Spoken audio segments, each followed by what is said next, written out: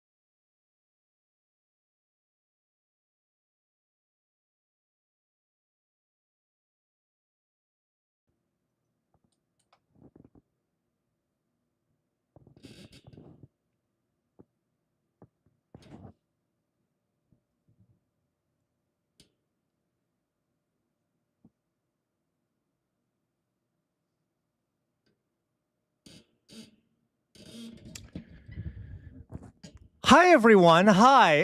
Hello. Hello, guys. Hi. Oh, I thought, why not start with a little insanity, right? Who cares? Who cares about, who cares about Horny the Unicorn, which is, I believe, the name we gave him previously when you've seen him on stream. So we got Horny the Unicorn here. There you go, John Gray. There you go, right? So this is Horny the Unicorn, okay? And Horny obviously has a horn, right? Wanted to join us, and I just thought, we'd start with. He just wanted to see what the whole setup was. You know how it is, okay? Personally, I want to name him Coping Mechanism, but for some reason, I feel like that wouldn't look good on the birth certificate, which you're soon gonna need to vote, by the way. So that's good, right? So we'll look here at I'm sorry, Horny the Unicorn, just for a moment, just to hopefully lighten the mood a little bit, right? You know how it is. Okay. What about the Epstein files? Shut up, which is what the mainstream media is doing, right? Okay. So, moving on. Hi everyone. How's everyone doing today? Oh, virtual violence, you think? You think virtual violence? Okay. So, I did not give birth to him, Drusilla. I did not give birth to him. Don't worry, I put him back in his cage. Give me a second. Okay. So, let me see who's here. Let me see who's here. It was more of adoption type situation there, Victoria. More of an adoption. Okay. There you go. There you go. Yeah, Drusilla, cage. This is America. We're always caging innocent things. Okay. So, shut up, SoCal. Shut up, SoCal. I can't take this from you today. Okay.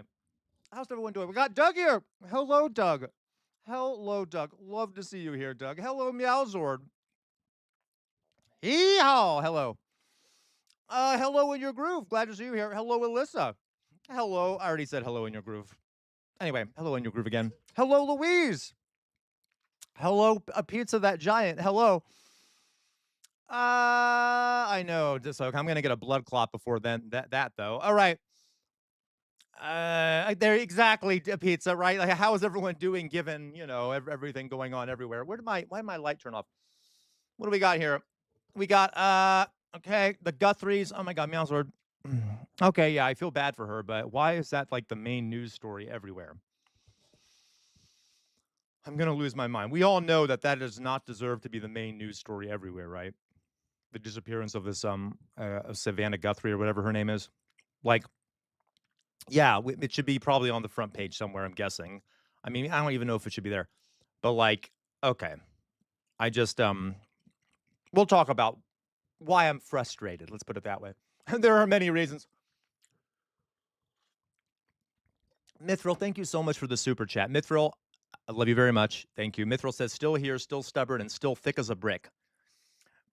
I love it, Mithril. Okay. I always knew you were thick, Mithril. THIC. C. All right. So, you can look up what that means. All right. So, guys, let's see. Thank you, Mithril. We got the jester hack going already, which is going to be necessary. Who else do we got here? We got Sir Bartholomew. Hello, Sir Bartholomew's. In the GTA, 7 Toronto police officers and 1 retired officer charged with conspiring to commit murder, drug Oh my God, hilarious, Sir Bartholomew. It's almost like the police everywhere are unpleasant. Shocking revelation. Interesting. Hello, Big Braden, another Canadian here. Oh my God, that's great. I had maple syrup this morning, literally. Hello, Cody. Hello, Cody. Hello, Bing Bon. Hello, Jim. Cody, I swear to God. I swear to God. Cody, how do you like your cheeseburgers? Do you like them medium rare, bloody, raw? Like, how do you like your cheeseburger? In your groove, don't play into it. Don't play into it. Hello, virtual violence. Hello, virtual violence. Okay. Oh my God, what am I missing? Letitia, hello, welcome back, Letitia. Welcome. Good luck. I hope if you take medication, I hope you took it today. I don't know why I'm picking on Letitia specifically. Everyone, I hope you all took your psychiatric meds today. Okay, for all the ADHDers out there, I hope you took your stimulants, antidepressants for people who need that. Anyone who's on an anti-anxiety pill, you might want to. I don't actually want to say take a double dose, but you just want to make sure you took that today, okay? Anyone who needs any mood stabilizers, make sure you take your mood stabilizers because trust me. Oh, all right. Okay, I kind of have lost the plot. It's Unicourse, virtual violence. Hello again, virtual violence. I say hello to you. All right, it is Wilson's cousin. Hello, Alvin. Hello, Alvin. It's been a while since I've seen you. So, all right, guys, let's. I am going to, crash out content, right? You know what? There's too many people commenting. Hello, Demosthenes, who's, by the way, Vaporous Orb, for those who don't know. Hello, Demosthenes. All right. Oh, my God. Go, dear God. Hello, Drusilla. I don't know, guys. I don't know. I'm losing track of the game. Hello, John. Okay, good. We're good to go. All right. So let's get started, folks. As always, if we get, outer signal. Outer signal. You're going to embarrass me, Outer Signal. How did you know? How did you know? Yes. Yeah, yes, Outer Signal. My barber is black. Why? Okay. Is it because of the cut on the sides? Now, I haven't gotten it cut for a while, but I do need to get it cut again. Yeah, he does pretty good. He does a good job on the sides. Very good job. Anyway, okay. By the way, hello. Did I say hello to Alyssa? Hello, Soko. There you go. You know it, Outer Signal. Okay, so everyone ready? Everyone ready? We got a lot of shit to talk about. And first, guys, oh, that's funny, Pizza. You're undiagnosed. I get it. So before we get into the shit news, of which there is so much, we're definitely not going to be able to get to it all. Please do your own shit news research to get the whole story, because dear God, God, I should have thrown some alcohol into that tea. Okay, so let's first talk about. I made a little presentation, and yay, Alyssa, I love it. Yay, Alyssa, don't worry. I'm glad you're here. I'm glad you're here because nothing makes me happier than being able to ruin your day, because at least I get to see you. Okay. Now, let's quickly. I wanted to do a presentation before we get into the stuff I want to talk about to make it more so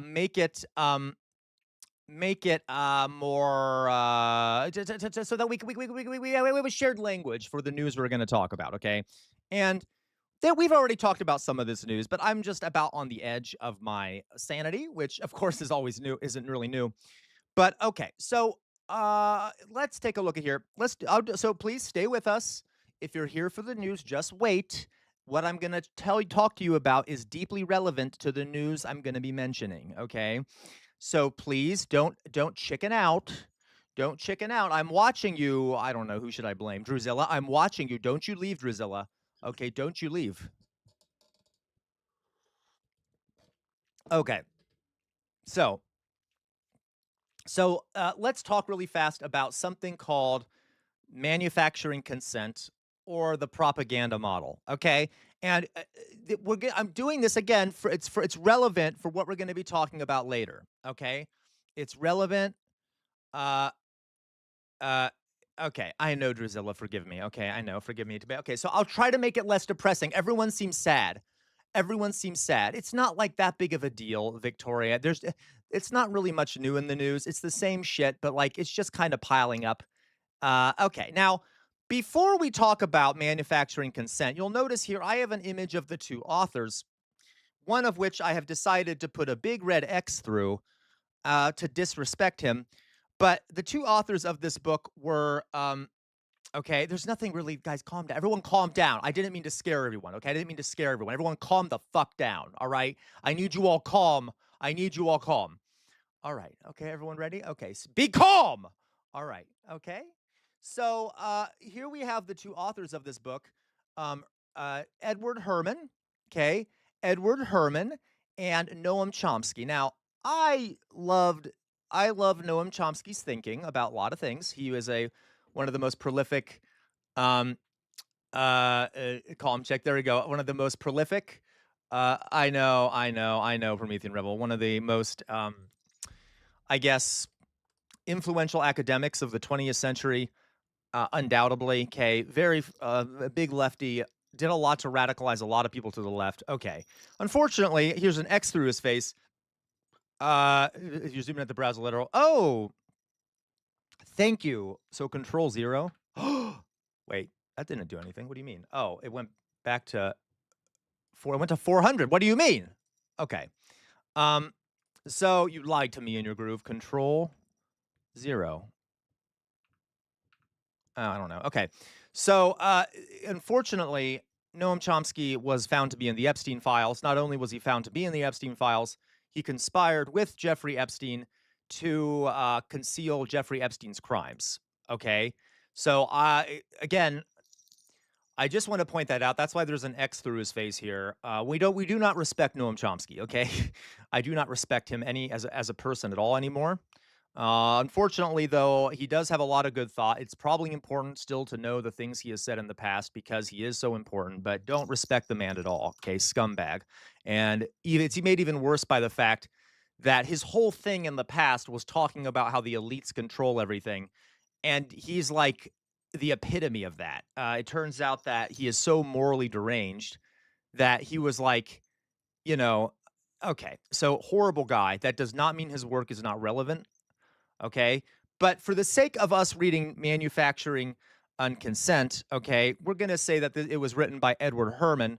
So, okay. All right. Okay. So, all right. So let's get into this. Okay. And I will say, Chomsky, one other thing though, I will say, Chomsky also was already not perfect in a lot of ways. Okay, he was flawed. He kind of did genocide denial. I know that ruins all I just said about him, but that doesn't mean that a lot of what he said was deeply important, especially for the United States in terms of radicalizing people here. Okay, so he has made a lot of errors, a lot of very big errors. This one I think takes the completely ruins everything. Okay, anyway, moving on. So let's go on here. So let's talk about manufacturing consent, shall we?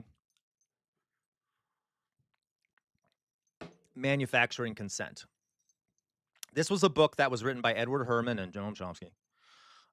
Exactly, Promethean Rebel. I think I told you guys I had lunch with him once when I was in Boston. I actually got to have lunch with Noam Chomsky, and he was really funny and shit. Now I'm offended because he didn't try to assault me. I'm joking. I'm joking. Okay. Okay. Anyway, but so I can't really. It's also unfortunate because I can't use that as a brag anymore. I can't like tell dates or whatever. By the way, I had lunch with Noam Chomsky. I can't do that anymore, unfortunately. All right. Anyway, so moving on. Manufacturing Consent is a famous book he wrote about manufacturing consent, the political economy of the mass media by Edward S. Herman and Noam Chomsky. Their argument that they made is very influential in a lot of circles. And it is talking about the whole point of this book is to describe how in the West, I know, right, Sir Bartholomew? Yeah, it depends upon the date. I know. I'm offended. He didn't invite me to the island. I thought guys, I even dressed like nicely. I thought he would like it. Unfortunately, I'm not a little girl, so I guess I couldn't. Okay, it just didn't work for me. I know I'm being dark. I can't help it. It's a bad day. Yeah, absolutely, Promethean rebel. Okay, so thank you, Victoria. At least someone knows how to give me a compliment, I guess. All right. So the argument they make in this book that they're trying to make here is how does propaganda work in democratic societies? Okay, because in democratic societies like the media and stuff, how does propaganda work? In a democratic capitalist society like the United States, the propaganda, there are a bunch of private entities like, New York Times, New York Post, CNN, NBC, CBS, whatever, whatever, whatever.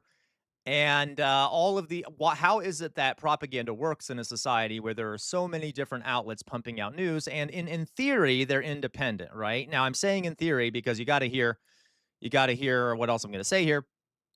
Uh, because it's not the same as like in a centralized society, right? Like in Nazi Germany, a lot of the propaganda just came out of the government and was explicitly from the government. There were practically no independent news outlets. Everything was controlled by the government. Like let's see here, in the Soviet Union, practically everything was controlled by the government.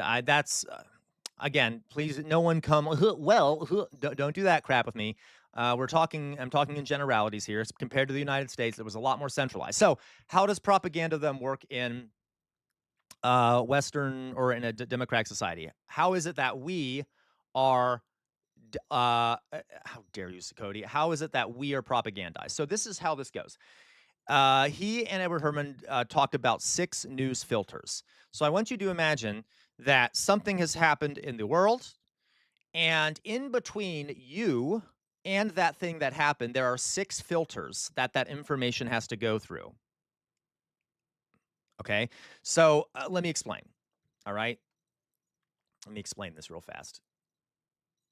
If I can get it to work here. All right. So the first, okay. So this is called the 6 news filters. All right. The first one is the size, ownership, and profit orientation of the organizations that relay the news. Okay. So our news organizations do it for profit. Shocking, right? Did you know that? You do know that the New York Times, the Washington Post, the CNN, MSNBC, all of those news outlets are profit based, right? They're trying to make money off of you. Okay. So, all right. So, because of that profit motive, that might heavily affect the things that they want to tell the populace. Correct? Right? So, if let's say you're in a massive media conglomerate where there's multiple newspapers or TV channels owned by this big media conglomerate, let's say a story comes out about how one of those media outlets is deeply corrupt. Do you think any of the other outlets are going to report on it? Possibly. It would be less likely, right? So the people who own these businesses have to worry about profits. They have to make sure they're not undermining their own profits, and the people that own these big outlets are the elites. So do you think they're going to report on themselves? Do you think that if like they are committing a crime or they are involved in a crime, do you think they're going to be reporting on themselves? No, right? What if their financial friends are committing a crime? Do you think they're going to be reporting on it? No, right? So that's the first filter. From all the things that happen out there in the world, things are removed, manipulated, or not talked about that hurt the profit of these companies and their owners. Okay. Next one. So that's the first filter. The next one is advertising. To be clear, especially when it comes to TV, but also newspaper, a lot of newspapers, they make their money through advertising. As a matter of fact, exactly, Letitia. As a matter of fact, in on like TV news networks, they have a word: content and filler. Content are the ads they show you. I am not joking. The content is the ads according to their own language. The filler is like the programming. So like if you're watching TV, I don't know, you're watching like I don't know, Seventh Heaven, which doesn't exist anymore, whatever, okay? The content is the ads. The filler is the Seventh Heaven show because the point of the filler is to get you to watch the ads. It is basically the same. It is basically the same with big news companies like CNN and shit like that. The filler is the news content is the news. The content are the ads they're showing you. The best way to frame the best way to frame how the job of these companies is that they are selling you to advertisers. You are the product that they are selling to advertisers. They tell advertisers, advertise on my show, advertise in my newspaper, and there'll be these many people that will get to see the ad. They are selling you. You are the one being sold, okay? So, what does that mean? They're going to want to attract as many people to their outlets as possible. So they're going to report on things that are salacious and maybe not as interesting or maybe not as important, but salacious. You also have to understand that do you think that they're going to report on things that look bad for the people that are their advertisers? Do you think like if like Amazon is advertising for them that they're going to be like, oh, you know what, Amazon really abuses its workers? No, no. Hello, Kiana. They're not. So that's the second filter. The first filter is the wealth motive. The second is the advertising motive. The third is the sourcing motive, which is why it becomes propaganda. Okay? That is sourcing. When you're trying to get information to give to people, correct, Godspeed. This is why you can't trust the news. Correct, Letitia. You know it. All right. Sourcing. When you are in one of these big news organizations, it becomes very important. It becomes very important to maintain relationships with government officials and corporate officials because they're the ones who will give you stories and who will give you insider tips and reveal to you things that you may not have known before, right? You have to have sources if you're in the news business, okay? And in order to stay in the news business and produce articles that people want to read, you have to have these sources. Okay. So, all right. Now, that means one, you're not going to report things that offend people that might give you information, right? So if the government is someone from a government administration is trying to leak information to you, you're probably not going to want to speak so badly about that government or that individual or that individual's branch of the government. You see what I mean? Because then they will stop leaking things to you. It's a quid pro quo. Okay. Also, it makes it really hard to even check if the information is true. If you guys notice, a lot of times there'll be government people who report things anonymously to reporters, and a lot of times it's real stuff. But like sometimes, like, but you don't know who it is because they need to be protected, otherwise they won't be reporting the information anymore. Okay, so again, you have the issue of sources, and for the people who are who are tough on their sources or who are tough on the government, they're not going to be able to become a popular news person because their stuff isn't going to be published because they're not going to have any insider knowledge. What this means, folks, is that the people you see on TV, especially on CNN and stuff, are the people who are really, really in with the elites. Are people who are have really close sources inside the elites and the government and who haven't pissed them off enough yet. Does that make sense? Okay, so that's another filter, is that the top journalists, then a lot of them are just in bed with the elites or are very deferential to them so that they can get whatever they want from them, okay? So we already have the money barrier, we have the advertising barrier, we have the sourcing barrier. Okay. All right. Yeah, you're right, Loisa. Okay. The last two here, actually, the last three here. Flack. This is called flack. Um, if you in fact do offend the elites, or you might get something wrong, and by the way, Trump is an expert at this, you will get flack. What does that mean? They might sue you. Okay. They might come after you economically. They might try and get you fired. Remember, the elites have all these boards that they all share connections on and things like that. Okay. They could use behind the scenes connections to exactly ask Don Lemon to get you fired, to get you removed. They could go after you legally for things. Even if, guys, you haven't done anything wrong, it costs a lot of money to go through a legal process. So you're going to avoid it even if you haven't done anything wrong, okay? So flack and enforcers, you will get flack. And so you have to be extra careful, especially when reporting things that might be viewed as salacious or, demonizing certain people, even if it's true. Thank you, Tiago. I will hydrate. Okay. Yep. So in your groove, this is, I don't even know if that counts, except for that in your groove. So in your groove says, where does Bannon's flood the zone fit in here? Where we can't focus on any one thing? Good question. I don't think it necessarily does fit in here.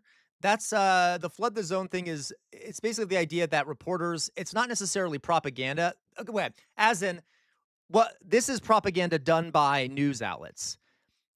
I wouldn't say what Steve Bannon doing is propaganda done by news outlets, if that makes sense. It makes it harder for news outlets to decide what to report on because there's so much shit out there. Okay. But that is another factor. That's a good point. All right.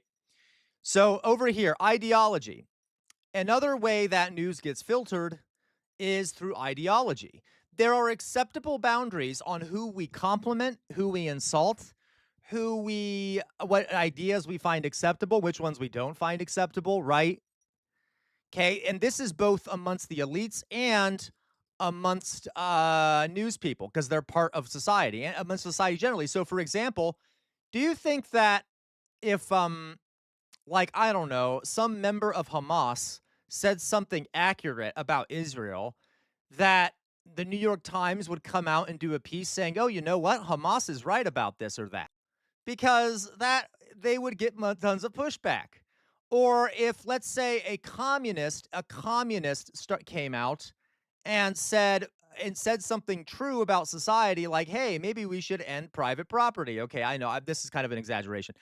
Uh, that in the journalist found it was right. Do you think that news agency would report on it? No. Okay, probably not. Okay, so ideology also limits what can be talked about.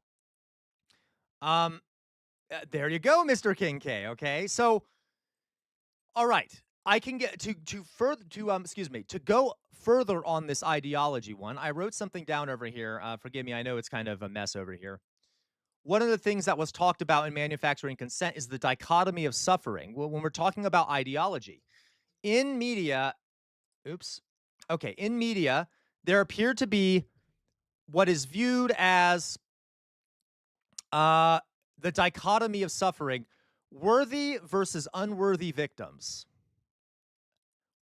So in the media, there tend to be people that are viewed as worthy victims of horrible things and people who are not viewed as worthy victims of horrible things. So, for example, the Ukrainians. If you were to guess, thank you so much, Lacroix. If you were to guess, are the Ukrainians worthy or unworthy victims? I mean, are they worthy of being covered and talked about as victims, or not worthy or of being talked about as victims? According to the media, the Ukrainians. Are they worthy or unworthy victims? Now, I know we could, there you go, outer signal, worthy. The media is always, and they are, guys, to be clear, they are victims, but the media has no problem, Okay, no problem. Talking about Ukrainian suffering, which they should because it does exist. Okay, they are victims. All right, so they're worthy victims. Why do we think that they're worthy? Uh, why are they worthy? And remember all the other things we talked about. Why especially are Ukrainians worthy victims, according to American media? Okay. There you go. Okay. Well, whiteness. Okay. So whiteness is a big factor. I'm not going to, I actually wasn't going to say that, but that is very true. Okay. Whiteness, but okay. Correct, LaCroix. And there you go, London, because they're also aligned with American interests, right? The American State Department is very anti Russia. And so, yeah, they're fighting against Russia and they're white. Okay. Correct. Okay. That means they align with the American elite interests. All right. So yeah, they are worthy victims. Give me an example right now in chat of unworthy victims.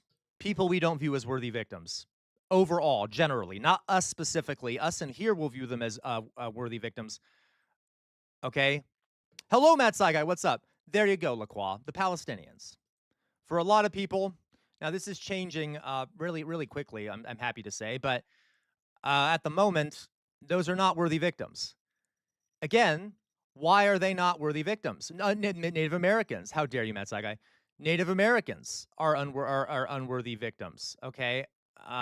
Okay. So we, why is that? The Sudanese, unworthy victims. There you go. All right. Why is that? Well, for the Palestinians, right, that they are going against the American State Department and our imperial ambitions. Israel is a part of our imperial sphere. Also, our politicians are being bribed, so there's an economic motive there. All right, so they are not worthy victims according to our media. They are unworthy victims. We could also talk about immigrants. A lot of the time, are unworthy victims. Okay, uh, unworthy victims. All right. The Roma people. There you go. And like, this is where we get, someone mentioned the Sudanese. It is also the case that the media only has so much time and ability to report on things. So let's say there's a group that doesn't really have much impact on that America doesn't care about. It doesn't really impact their foreign policy much. We could argue that with Sudan, even though, yes, I know there's connections to the UAE. All right. They might not even talk about it, right? They might not even say they're unworthy victims. They might just say that we're not even going to talk about it. The Sudanese people are black, and there is not a lot. Okay, well, we could. I don't want to get too into this. Someone's going to correct me here, but I'm just trying to make a point. Okay, Rwanda, for example, when there was a genocide in Rwanda, like the United States didn't care because Rwanda is a very small country. It has very little impact on American foreign policy. And like, so it's not that they didn't view them as unworthy. It's just that, well, they did view them as unworthy, but they just didn't talk about them at all. You see what I mean? There you go. There you go, Loiso. Okay. Sudan, right? Yep. Okay. So you guys get it. So that's an example of how ideology affects how the news is reported. And I could talk for ages about how just race plays into this because, oh my God, guys, the amount of dehumanization and racism is part of ideology. So that can also play a big role. It can. Okay. Yeah. There you go, Tiago. Okay. So ideology, those ideological barriers create another filter. And lastly, buying out, okay, deliberate concealment. A lot of times the media will conceal collusive power relationships between different parts of government in order to keep their sources. And also because, well, for a number of reasons, okay, they will use off the record sourcing to avoid too much investigative journalism so that they don't accidentally uncover big scandals. This one's more complicated. The point here is that a lot of times, like if a journalist is investigating something, the people that they're interviewing will only talk off the record about some things and then only be on the record for other things. So a lot of information is hidden because it's told to journalists off the record, even if they're revealing something horrible happening. Okay, all right. So those are the filters. And what it does, guys, and this is, by the way, this does not include every media source. We're talking about mainstream news sources. Yeah, there you go, Louise. Investigations also can take a lot of time and money. A lot of that's another filter is the money aspect today because a lot of news sources are heavily underfunded because of social media. All right. So there's a lot of other stuff too, that is affecting companies today. So, all right. So, all right. Huh. Okay. Well, Tiago, that actually is true. I know you're joking. Tiago says, "Do you know where that doesn't happen? Cuba." That's actually true, Tiago, because in Cuba it's just centrally controlled. Okay, so it's not the same sort of propaganda, but it is propaganda. Okay, all right. So these things all block the media. Now, correct, Louise. All block correct reporting. Yeah, folks, hit the like button if you haven't already, guys. Hit the like button. So why am I telling you this? All right. Okay, I know, hilarious, Mr. Kincaid. I know, right? You love propaganda for breakfast, love it. Okay, so let's quickly now. Now, the reason I'm telling you about this is because a lot of times the media, it's not about what they say; it's about what they're not talking about. Okay, it's about what they're not talking about. And one of the things that made me lose my mind today is this. Would we all agree? See, look, I'm just gonna pull this shit up here so that you can see what I'm talking about. Let's go to some mainstream news, some corporate media headlines. Okay. If you were to guess, if it were a just world out there, what do you think? Just name it in the chat. What are some headlines or some important stories do you think that these big companies should be covering right now? Tell me in the chat. What are some important studies that right now you think would be very important if you were a journalist to talk a lot about and to plaster all over your headline, your front page? Yes, Big Braden. Right? The Epstein files. What else? Matt Saigai, no. No one cares, Matt Saigai. I'm just kidding. Okay. Yeah. Again, the Epstein files, right? The Epstein files. Epstein files. Everyone's saying Epstein files. Hey, Victoria, you're not wrong. The cancer research in Spain. Well, actually, yeah, that is important. Sudan, okay? Sudan, Palestine, okay? What's going on in ICE detention centers? How the fact the world is ending? How the fact that Trump, by the way, is trying to rig the elections? If it's out in the open, is it not? All right, glacial melt off. So now let's go over to some of the mainstream news sources and see how much it aligns. Okay, see how much it aligns to what you guys think should be important. Oh, huh. Why is the headline news stories about Savannah Guthrie, an elderly woman who was kidnapped? Hmm. Now, hmm. There you go, Alyssa. Why is the headline news story? Now, I am not, I feel bad for this woman. I really do. Okay. But honestly, guys, these sort of things happen every single day in the United States. People disappear, people get killed. All right. All this shit. And yet, so many people are hyper focused on this story right here. Some wealthy person's mother who's been abducted. Does not this go, there you go, SoCal. Does not this completely verify what I just told all of you about how the media works? This is a wealthy person, and they are blowing up this story because they don't want to offend anyone. They want to make sure that the wealthy elites and the donors are happy. And so they're focusing on this story, even though all this other shit is happening. Guys, I don't mean to be an asshole, but does this affect any of us on a day-to-day basis? Is anyone here directly affected by this woman disappearing? And please, exactly, outer signal, worthy victim. The media views this woman as a worthy victim. And guys, she is worthy, but she's not. But when you mix it up with unworthy victims, you see what I mean? When you're not talking about other people. Okay. Um, so okay. And if we go down the page here. All this crap is well, there's a thing here about Bitcoin, as if that's what we care about.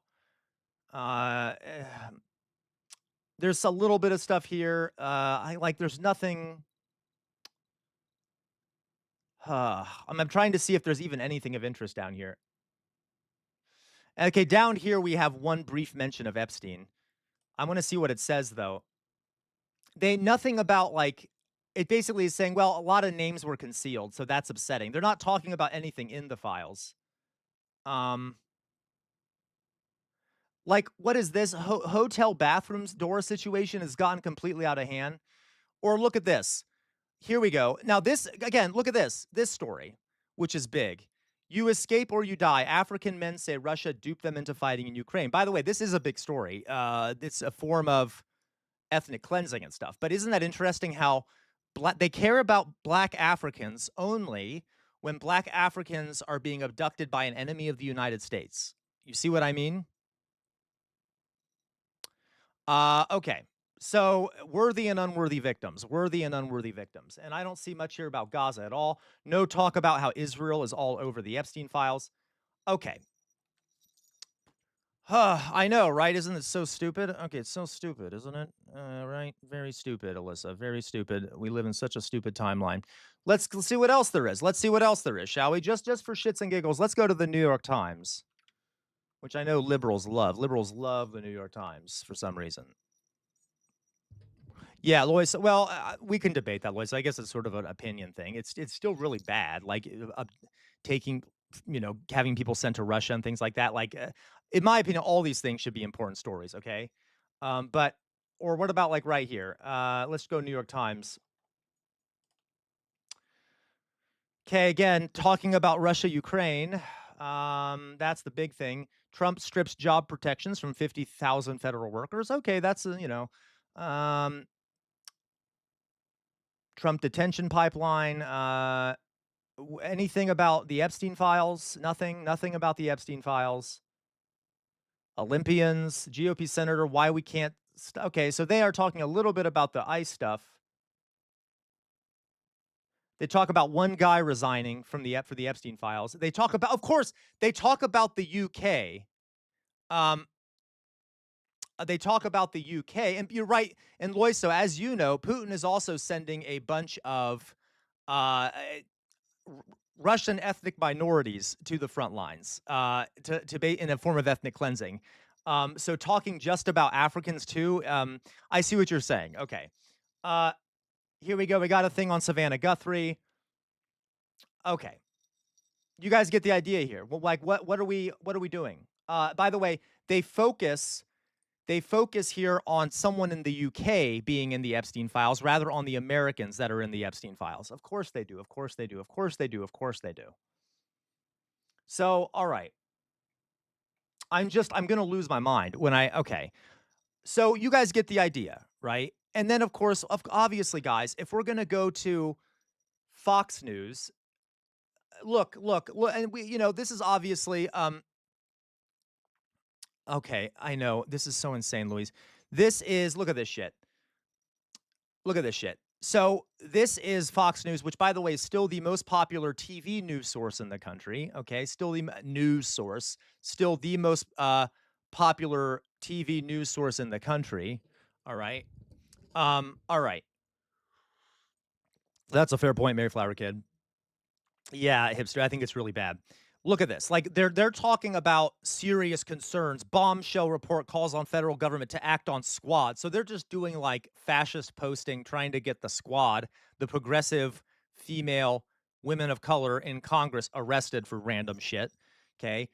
Ransom letter. Like what are we even talking about? Talking about Clinton. Like nothing here about okay. So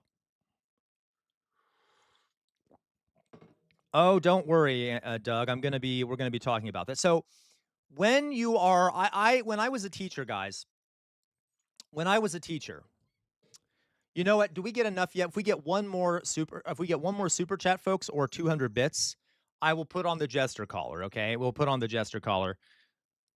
Yeah, exactly. So stupid, Louise. So stupid. And you know what, Louise? It's possible that he was being blackmailed by Russia, but Why is no one talking about Israel? Which I know is what you mean, Louise. Thank you, Dolly Boy. Okay. Not a single soul. All right.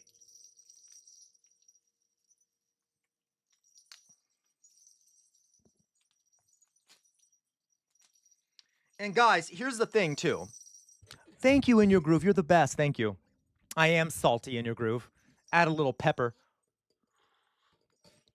Okay. Yep. 100%. Yep, it is, Mr. King K. So, guys, let me put my face up, and then I'll keep talking. I'm going to keep talking though. I wanted to also show how this works out in education, an educational setting.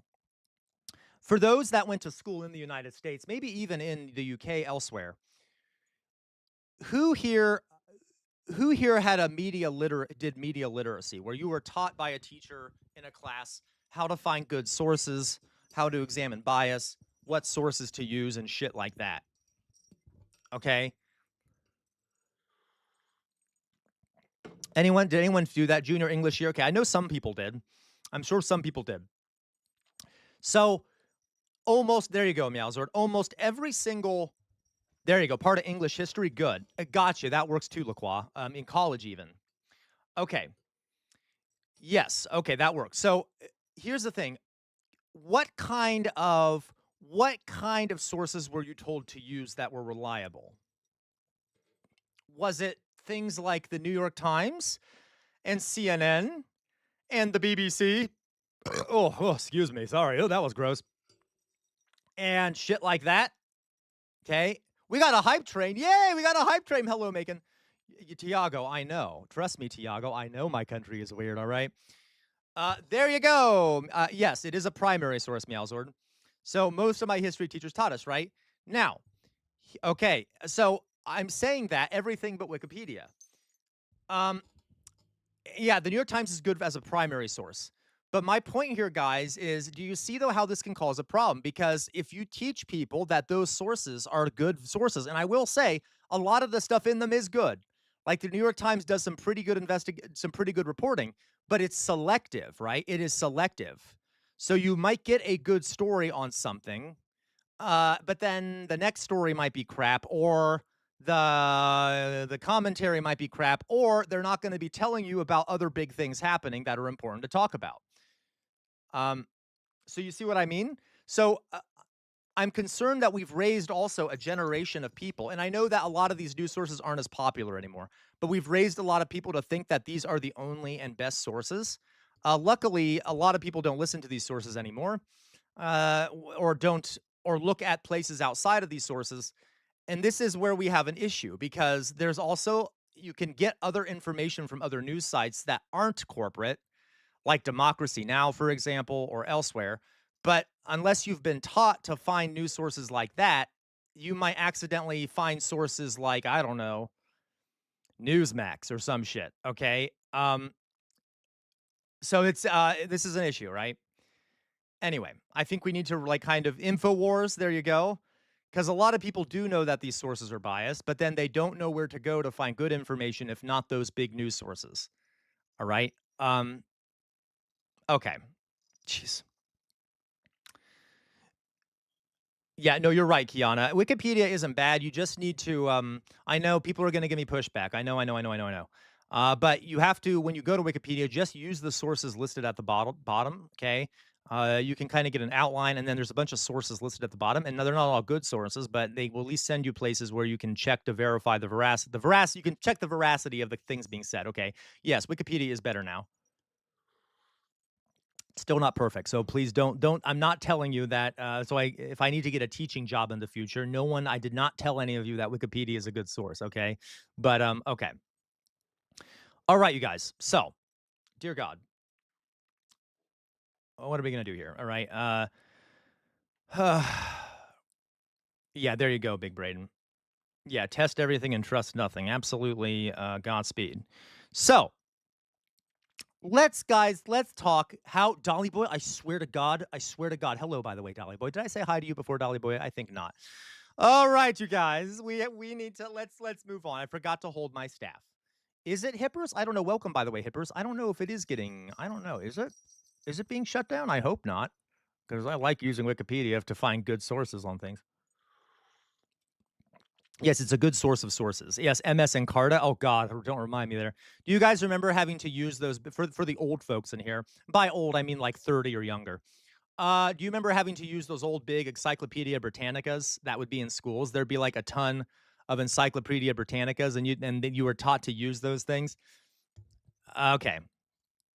So anyway, all right. So let's talk about a few other things, right? Because good God, ready for the news, guys? Ready for the news?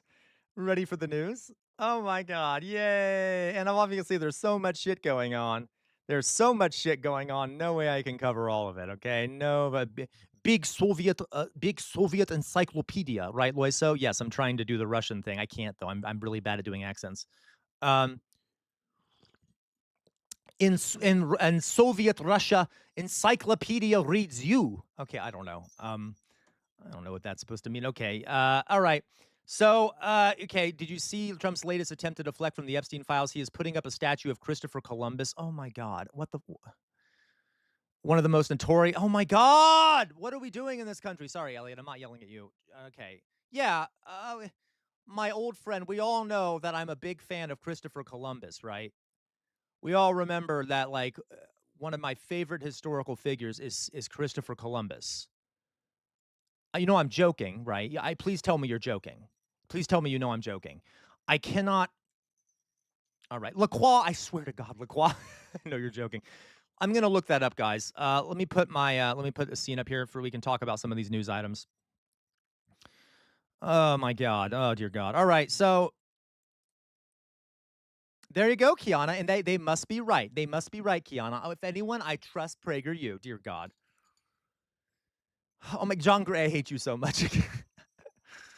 uh, yeah, exactly. Roku show. All right. All right. Um, so guys, here are some stories. I'm gonna quickly let me look at that Christopher Columbus story. I just gotta get my blood pressure up. Why not? Christopher Columbus. All right. Okay. The Trump plans to install Columbus statue outside of the White House. Wow. I love that. You know, honestly, it's kind of fitting because the White House was built by slaves. So, you know, hey, credit where's credit's due. Maybe we should give a horrific slaver, murderer, and rapist credit, why not? Why not? I mean, at least you see what I mean? At least that would be more historically accurate in terms of remembering things, okay?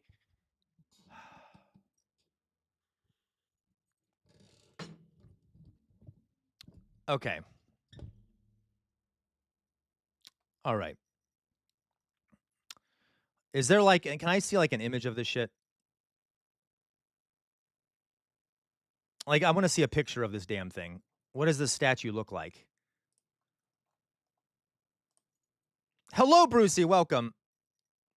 Christopher Columbus statue. I just got to see what this thing looks like. Yeah, might as well, guys. Let's just put. You know what, Letitia James. Letitia James. I didn't say it. You did, but I'm starting to agree with you. Okay. You know what I mean? Christopher Columbus statue, White House. And remember how I showed you guys? Yeah, no, he isn't American, but he's white, and he's a great symbol for white supremacy. So that's why. And shit like that. Is this the one they want to move? I don't know. I don't know which one they want to move. Whatever. That one's terrible anyway. That one's terrible. Yeah, he looks okay. Remember, folks, we have to remember that Christopher Columbus was even imprisoned by the Crown of Spain because of how horrible he was. Like it's not like even at the time he wasn't even viewed good he wasn't viewed good even at the time. Okay, like it wasn't viewed well even at the time. All right. All right, moving on. So some other stories, guys. Did you all hear about this? Did you all hear about this? Trump wants Republicans to quote unquote nationalize U.S. elections.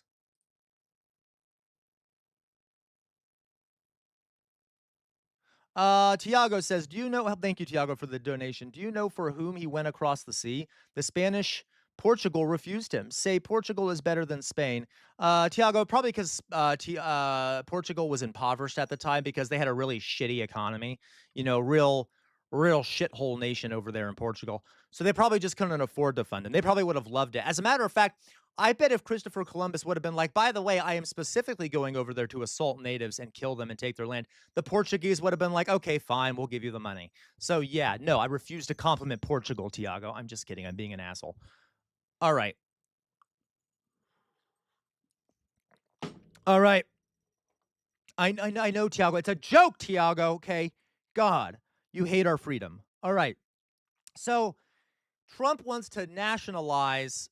There you go, Victoria. Trump wants to nationalize U.S. elections. What does that mean? Well, according to American law, the Civil Rights Act, when a state refuses to do elections in a fair way, essentially, I'm way oversimplifying here, the government can intervene to ensure the elections are done fairly and that people aren't discriminated against. Now, this was a law passed during the era of the civil rights era. So yes, he is using essentially a civil rights era law, even though I'm pretty sure the Supreme Court partially overturned it, didn't they? Didn't the Supreme Court overturn that? Anyway, in order to have an excuse exactly in your groove, which is funny because I've heard some of his people refer to that, even though you're right, it was overturned. To excuse like um trying to send like National Guard and shit to where there's elections. Why do we think he's doing this, guys? And by the way, Steve Bannon openly is saying that they're going to send ICE agents, ICE agents to surround voting centers and stations. I'm sure that's not an intimidation factor at all. That's not fascist at all. Let's have a bunch of fascist thugs hanging out around all the voting booths. Yeah, there you go. Outer Signal. Thank you, Outer Signal, so much for the for that donation. They're the 4,000 NGN. Thank you, Outer Signal. God, Outer Signal, I'm stupid. What is the currency over there in Nigeria? What is the currency there? I'm just curious.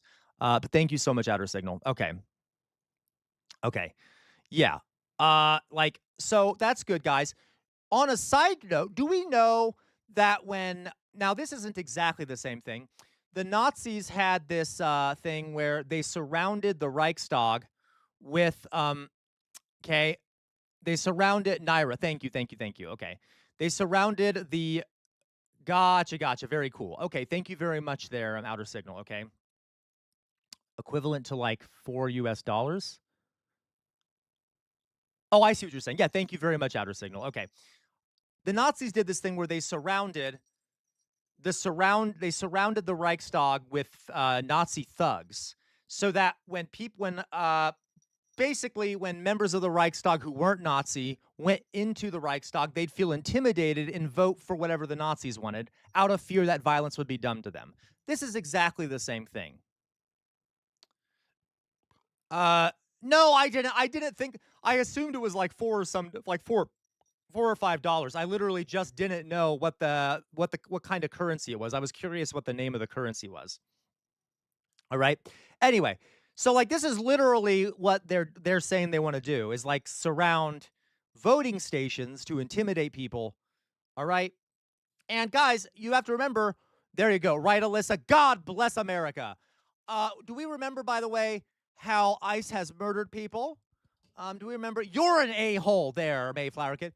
Do we remember how ICE has murdered people? Have people forgotten that fact? Have people forgotten that fact? Do we all remember that? I hope we all remember that. Because you have to remember, guys, you have to remember that, right, Sir Bartholomew, you have to remember that people all over the country have seen those images, Oh, right, there you go, Loiso. So, do we see how that doing this almost capitalizes on the terrorism of ICE? Because it will make people even more afraid. We've already seen what ICE can do, and now the government's capitalizing on the fear they've created by having them surround voting centers. Okay? Like, all right. 1 second here. I need some noises. I need some sound effects. There we go. Okay. For me, I just need a little bit of a all right. There we go. There we go. We need a little joy in this stream, right? A little joy to remind us of the horrors everywhere. Okay, so like not good joy, like the kind of joy that comes over you when you're experiencing a major trauma and your brain needs to distract itself from horror. So okay, they are like the Gestapo. So isn't that good, guys? Don't we love that? Um. Thank you, Loiso. Thank you. I know. Thank you, Loiso. I know that was Casual Revolt's masterclass on comedic timing. All right. Always do your comedy when you're talking about fascism. Okay. That's the way to do it. Okay. That's the way to do it. All right. So isn't that good? Don't we love it? Does everyone feel safe and secure? Now, to continue this, now I am not saying that okay, I am not saying that this is this is also bad.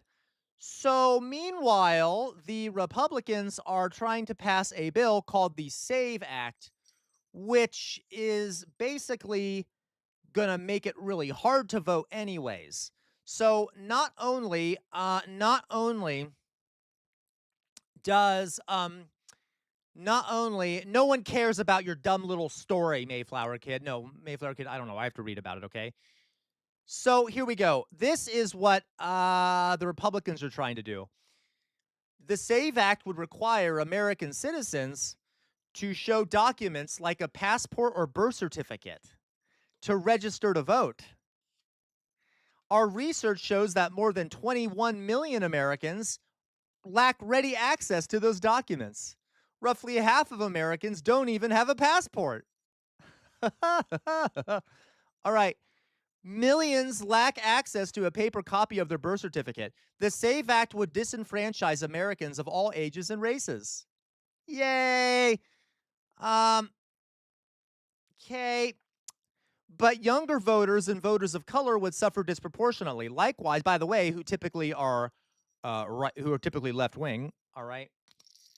Likewise, millions of women whose married names aren't on their birth certificates or passports would face extra steps just to make their voices heard. By the way, more and more women are voting liberal as well, or voting left as well. So it's weird how this happens to harm most of the groups that would vote Democratic. Hmm. Hmm. Hmm. Hmm. Okay. Oh, hello, the F1 addict. Oh, I know the F1 addict. Trust me, I know. You're right. F1 addict says, "Can I just say that in Britain, I feel like we still have a sense of shame. It looks like our prime minister is going to get fired just for having him employed, and Mandelson is going to prison. However, in America, it seems like MAGA will support him no matter what." Oh, trust us Americans in here, you are 100% correct, the F1 addict. We live in a barbaric country that is completely beholden to the elites. No one will be held accountable for all these crimes, okay? No one will be held accountable for their crimes here. Everyone will probably continue to blindly support Trump. At least his side will. It's a great situation over here across the pond. Do you mind taking us back? No, no, like literally. Do you mind like re-annexing the United States and re-adding it to the empire? I feel like uh I feel like that wouldn't be too bad. Okay, does that make sense? Like, I feel like we need. I'm kind of okay. Yeah, you know what, Sir Bartholomew, that's fair. I'd be okay with Canada annexing us for now. Okay, I'd feel okay with Canada annexing us, but really, whoever's fine, right? Guys, come on, guys, come on, hippers, come on. We all know we want to be part of Canada, right? I mean, someone needs to spread freedom and democracy to the United States. After all this time we've spent spreading it elsewhere, you know that's a joke. You know that's a joke. But like, um,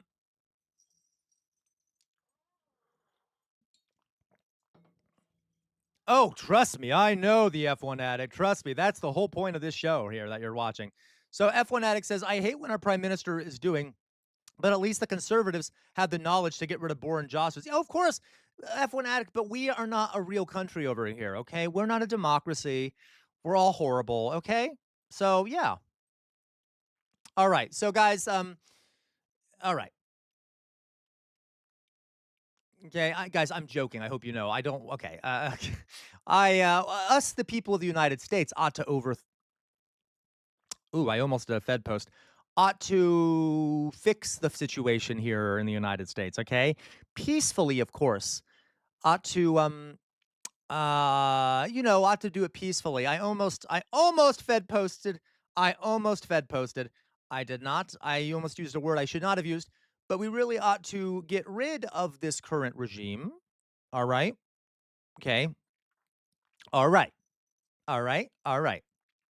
Oh my God. It's so okay. The UK should colonize America. Already did that. Let's not redo colonization, but let's do some imperialism. Okay, I'm joking. All right. Oh, there you go, Godspeed. Okay, let's go on. So this is good. So this act, by the way, there seems to be a little bit of pushback from Republicans.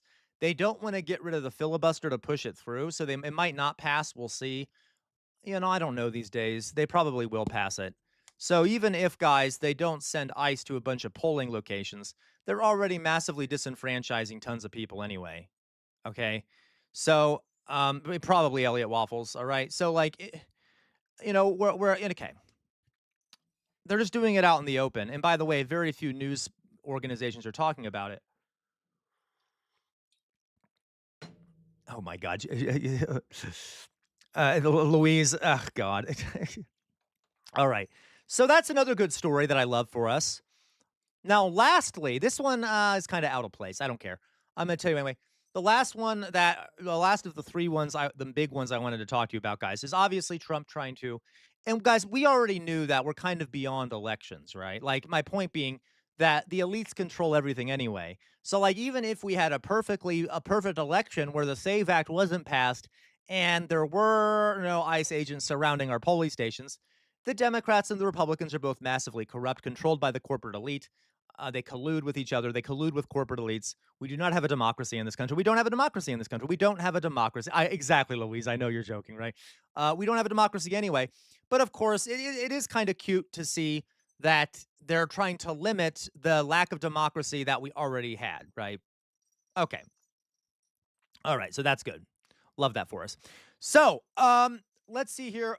This also happened. The United States and Russia have allowed to expire. Yeah, there you go. Looks like nukes back on the menu, boys. There you go. Okay. There you go, Outer Signal. Outer Signal, I love your Lord of the Ring references. Okay, there you go. You're right, Alyssa. We still have to pick from the shit covered in piss or the piss covered in shit. As they would say in South Park, you either get to choose between the shit sandwich or the turd. What's the other thing? The turd, I don't know, the turd sandwich or I don't know the other one, whatever, screw it. Okay. All right. All right. All right. All right. Uh, turd sandwich. Thank you. All right. So in this case, the United States and Russia, we had this nuclear control treaty, All right. And what's really funny about it is that has expired and they haven't replaced it. So now there is no limit on the amount of nukes supposed to be produced by Russia and the United States. So that's good. That's good. Now they're working on that's that clearly not enough nukes in the world already, right? I'm sure this won't cause an arms race between two powers that already have massive numbers of nukes. Yay. Okay. Now they are negotiating to reinstate this thing. But okay, good. That's another good thing. No more the two countries that have the most nukes in the world now just going crazy on adding more.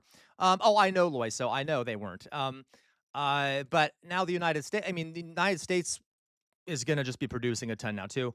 There's a lot of issues, okay, with this. There's just a lot of issues. It's not good. All right. It's not good. It's just not good. It's not good. It's not good. So that's the last little story. I just wanted to mention that. Now we're also on the we were already on the verge of nuclear annihilation, which is always fun. We're on the verge of what's it called? We're all on the verge of climate change catastrophe. I mean, we're already there basically. We are having our elections rigged. There is a massive oh, of course it was Drusilla. I totally get it. Our elections are rigged. A cabal of pedophiles are controlling everything. And did I miss anything? Did I miss anything, guys? Did I miss anything? Oh, yes, we're all suffering economically and the world's a shithole. There we go. There we go, guys. There we go. I know, right? He's hilarious. He's a cute little puppet, isn't he, Loiso? Cute little puppet of Putin's. I'm the prime minister. Okay. No, you're not. Anyway, okay. All right. So at least he was. All right. Isn't this fun? Okay. I know, Loiso. All right, guys. So there's some good stories for you. Now, what I thought we could do next, is go over here to this stuff. Yeah, there we go, Mithro. It's like BioShock, Papers, Please, and Fallout all at the same time. Yay! I love it. I love it. I love it. While I'm taking a drink here, let me just do a little clown music because we need some of that shit.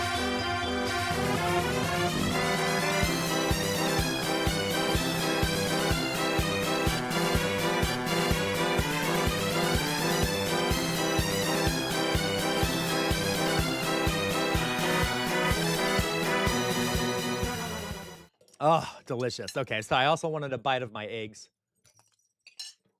Okay, let's continue, shall we? Where the fuck did my stick go? God damn it. There it is. All right, I found it. Don't worry, guys. I found it. Okay. Yeah, Mad Shy Guy, dude, that hurts my feelings. I can dance really well. How dare you? Okay, I can dance really well. Yeah, Letitia, thank you, Letitia, for dancing along with me. Okay. So let's go on now. I have some things here I wanted to show you from Twitter or from X. All right. First of all, guys, that's true, Letitia. I will say the world is still spinning, but things just aren't looking great. Okay. So here we got this. There you go, Drusilla. This are our heroes. Our heroes. Everyone ready for our heroes here? Flying into this situation comes Chuck Schumer. Okay. Into the situation comes flying in Chuck Schumer wearing his cape. Okay. His superpowers. Chuck Schumer is here to save the day, guys. Chuck Schumer here to save the day. Okay. I'm sure that he will do whatever he can to save us. Right, Letitia? I know, me too. Like, I'm sure we'll all be saved. Now, let's see, but just for the sake of amusement, right? Just for the sake of amusement, let's just see what he is saying that he wants to do. And okay, he is saying the following, just for the sake of amusement. This is what he wants to do. Of course, Loiso. He's trying to help Trump protect ICE proactively. Yeah. He says here, Senate and House Democrats are united in reining in the abuses of ICE. Okay, yeah, he is. By the way, he does it in all capitals, which is especially annoying because is he taking a bookmark out of Trump's book? I guess you could see. Is he taking a page out of Trump's book here, making it all capitalized? Senate and House Democrats are united on reining in the abuses of ICE. Okay, good. All right. Americans have watched in horror as ICE has terrorized communities across the country. Okay, that's true. Federal agents can't continue to cause chaos in our cities while more Americans are killed. We must rein in ICE. All right. Here's what we are demanding. There you go, Lois. So that's classic Chucky Schumer. Okay. Targeted enforcement. The DHS officers cannot enter private property without a judicial warrant. Oh, I thought that was already in the Constitution. Now tell me if I'm wrong. I thought that was already a part of the Constitution. In theory. Now, of course, we know no one cares about the Constitution anymore. But I thought that was all. Am I wrong here? I felt like there was an amendment somewhere that was like, by the way, you need a warrant to do searches. Okay. So apparently the first thing that Chucky Schumer wants to demand here can't enter private property without a judicial warrant, and indiscriminate arrest and improved warrant procedures and standards require verification that a person is not a U.S. citizen before holding them in immigration detention. Hmm. Hmm. No masks. Okay, thank you, Matt Saigai. No masks. So prohibit ICE and immigration enforcement agents from wearing face coverings. Oh, cute. Cute. That is true, Louise. That is true. They were saying that they could use an authorized warrant, not just a judicial warrant. Okay. But he's okay. All right. Have you ever, how do you even prove true, guys? Okay. Okay. So, no, as ID require ID. Require DHS officers conducting immigration enforcement to display their agency unique ID number and last name. Require them to verbalize their ID number and last name if asked. Guys, this doesn't mean anything. But we already have all these people on camera, like, or at least I know that with their face covered, it's hard. But like a lot, they've been caught on camera doing horrible things. Anyway. All right. Okay. Protect sensitive locations. Prohibit funds from being used to conduct enforcement near sensitive locations, including medical facilities, schools, childcare, church facilities, churches. Okay. Stop racial profiling. All right. Uphold use of force standards. So basically, place into law a reasonable use of force policy, expanded training, and require certification of officers. Ensure state and local coordination and oversight. Preserve the ability of state to, okay, you guys get the idea here. I don't even want to really go on with this. You get the idea here. It's all no paramilitary police. Regulate and standardize the type of uniforms and equipment DHS officers carry. Okay, wow. Yeah, okay. Body cameras for accountability, not tracking. Require use of body worn cameras when interacting with the public and mandate requirements. Okay, guys, I'm sorry. Okay. Yeah, and I want to point out, guys, so this is cute, right? You're right, John Gray. This is cute. These are like cute little reforms, and yeah, some of them would be helpful. I got to tell you, they would. I suspect that these things will never make it through Congress. This is all bullshit. It's all a scam. I'm just calling it now. They would never, the Democrats are never going to pass are never going to pass this. This is too much reform. It's like no reform, but for the Democrats, like a crumb of reform is too much. So I highly doubt any of this will get passed. They might like pass the last one where it's like, well, they have to wear certain uniforms. Sure. But like, I think the rest of them won't get passed. So there's our Democratic Party fighting for us after we've been murdered in the streets and citizens have been rounded up. No. We shouldn't get rid of ICE. We should reform it and give them better training. Okay. It's a scam, right? Honestly, folks, tell me, do we think that this is a scam? I think it's a scam. I don't see, because also, how would the Republicans pass anything? Republicans won't pass this shit. They won't.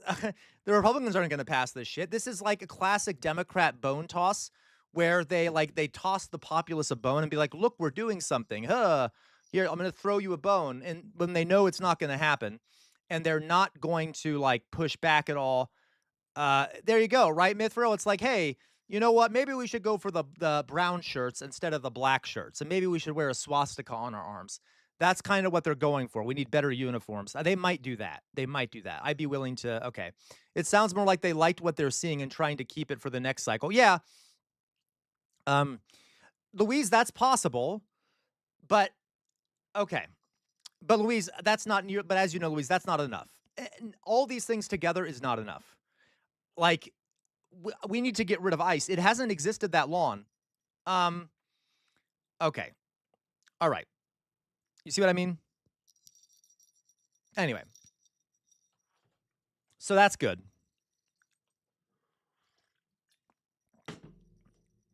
All right. So that's good. Guys, like as I said before, guys, if they wanted to be strong about this, Chucky Schumer would get in front of a camera and say, you know what? Trump is a fascist. They're taking away your rights. I need the people of this country to fight back. I need them to fight back. I need them to get out into the streets. I need you to take action to put pressure on Congress to change these things. I need you to do something. I can't do it alone up here on Capitol Hill. I need a lot of public pressure because me and my colleague, a lot of my colleagues have been bribed by big companies, and they won't do anything unless you put pressure on them. And by the way, if they don't start put, trying to change things, I will name the people that are bribed. I will start naming them and their donors. And you like that's called using the bully pulpit. If Chucky Schumer was super worried about the fascism in the country, he would do something like that. Of course, he's bribed too, so he won't. Okay? And he's afraid and he likes the elites. Okay? All right. The great Chuck plan has been initiated. Stop being a nihilist contrarian, CR. Next step is a strongly worded letter calling for a statement establishing a desire to hold a preliminary hearing on a non-binding vote for a censure resolution. Loiso, oh my God, I love you, Loiso. That is hilarious. That is so true. That's exactly what they'll do. Okay. All right. So here we got this. Um, here we have. Okay, just as a little horror thing, right, Meowsword? I didn't say it. Here we have a cute little thing for all of you who forgot about Kamala Harris. I'm sorry for reminding you. So she is turning her, I guess, campaign. Doug, you'd mentioned this. What is she doing exactly? She's turning her campaign into a media organization. Uh, exactly, Godspeed. It's competitive authoritarianism, is what it is. Okay. So here we got this, right? Would someone remind me, guys? I'm sorry. I know I'm pausing here. I was seeing if Doug is in here. Doug made a comment. Okay.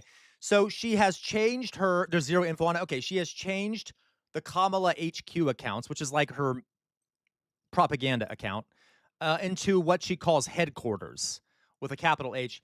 And this is what it says: a new Gen Z led online media brand that will be the content hub for pro democracy voices ahead of the midterms.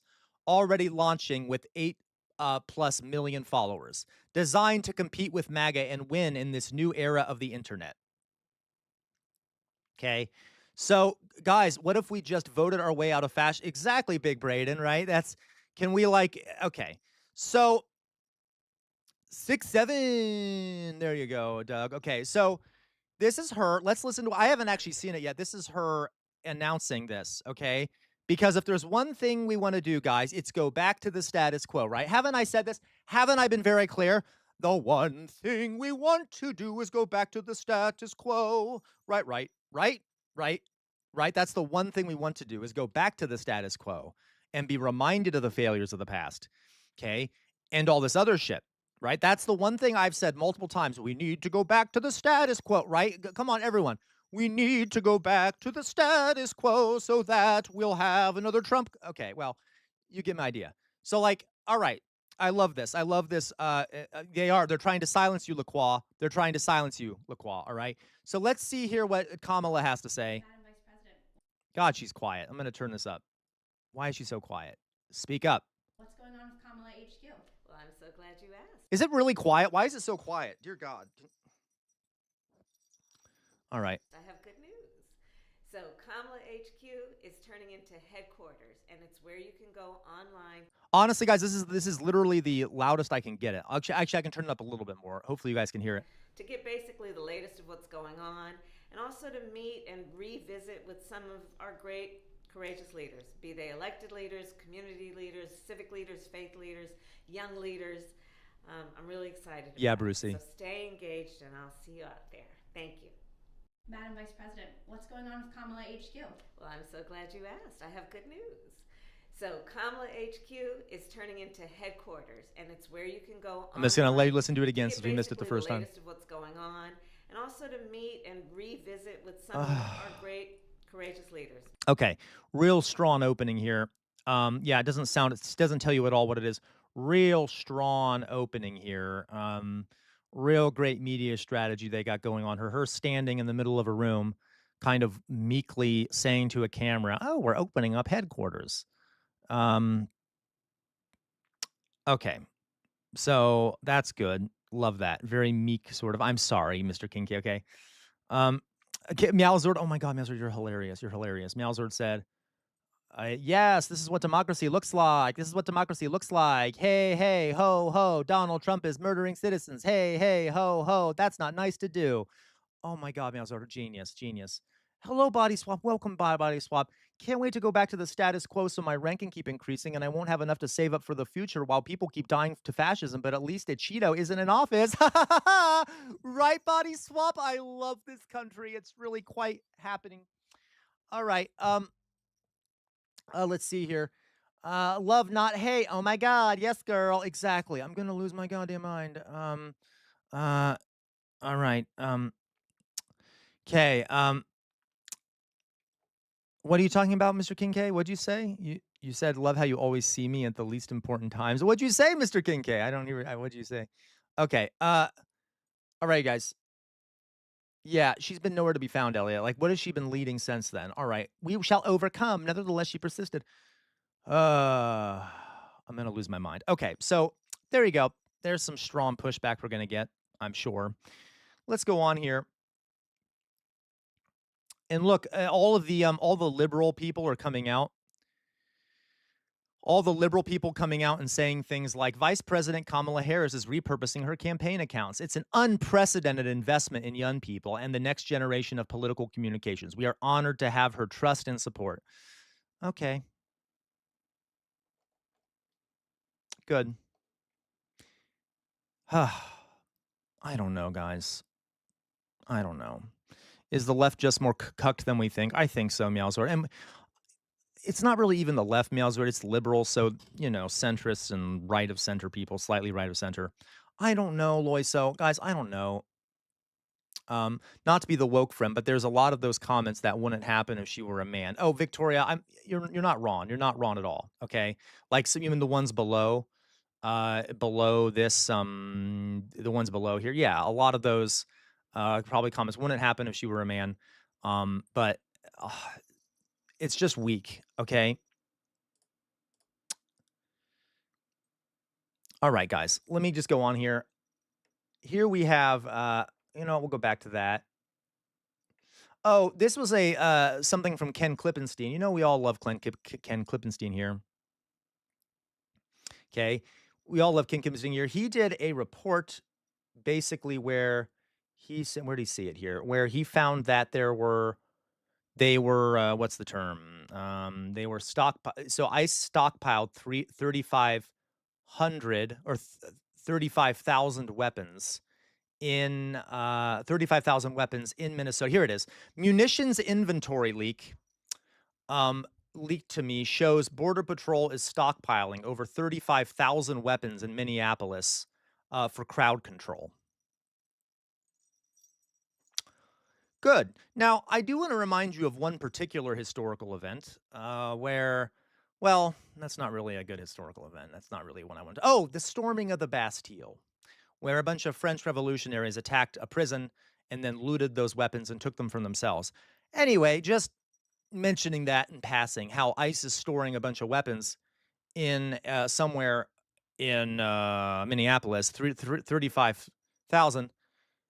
Anyway, okay. Yep, these fascists do need to stay in their lane, so that's good, guys. I'm sure they will use them. I'm sure they will use them in an appropriate and kind way. Okay, an appropriate and kind way. All right, Dem demands for DHS. So people here, I'm sorry, guys. I'm sitting here. How can this woman even show her face? Yeah, to be fair, it's not really Kamala's fault. She avoided playing the woman card like Hillary would.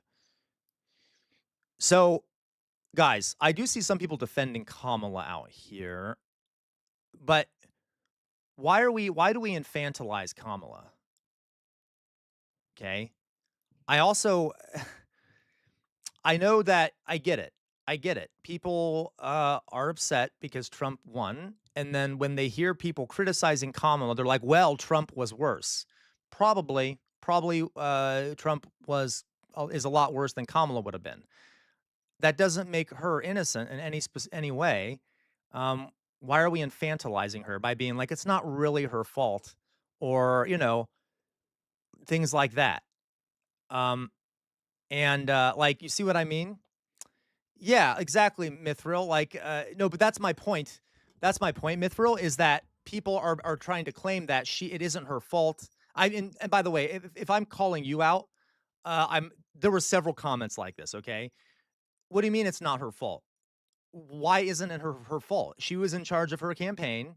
She lied at the beginning of her campaign. She made certain promises, and then at the end, by the end, she changed those promises after she got massive donations from big companies and corporations and things like that. She was a fool when it came to dealing with unions. She literally let me read you something. You want to see how deeply flawed she was as a politician? She backed the genocide in Palestine. Okay. Like, and by the way, let me show you something real fast. Okay. Kamala meets with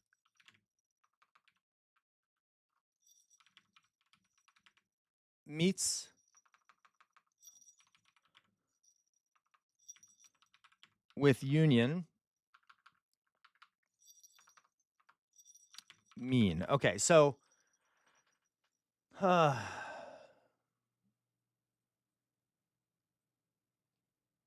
yeah. So she met with the Teamsters just to show you guys. Okay. Oh, that's fair. Virtual violence. Okay. That's fair. I didn't even know that you're the one that said it, virtual violence. I just saw the comment, but, she met with the Teamsters, which is supposed to be like a right wing, um, she was supposed to be like a right wing. I mean, excuse me.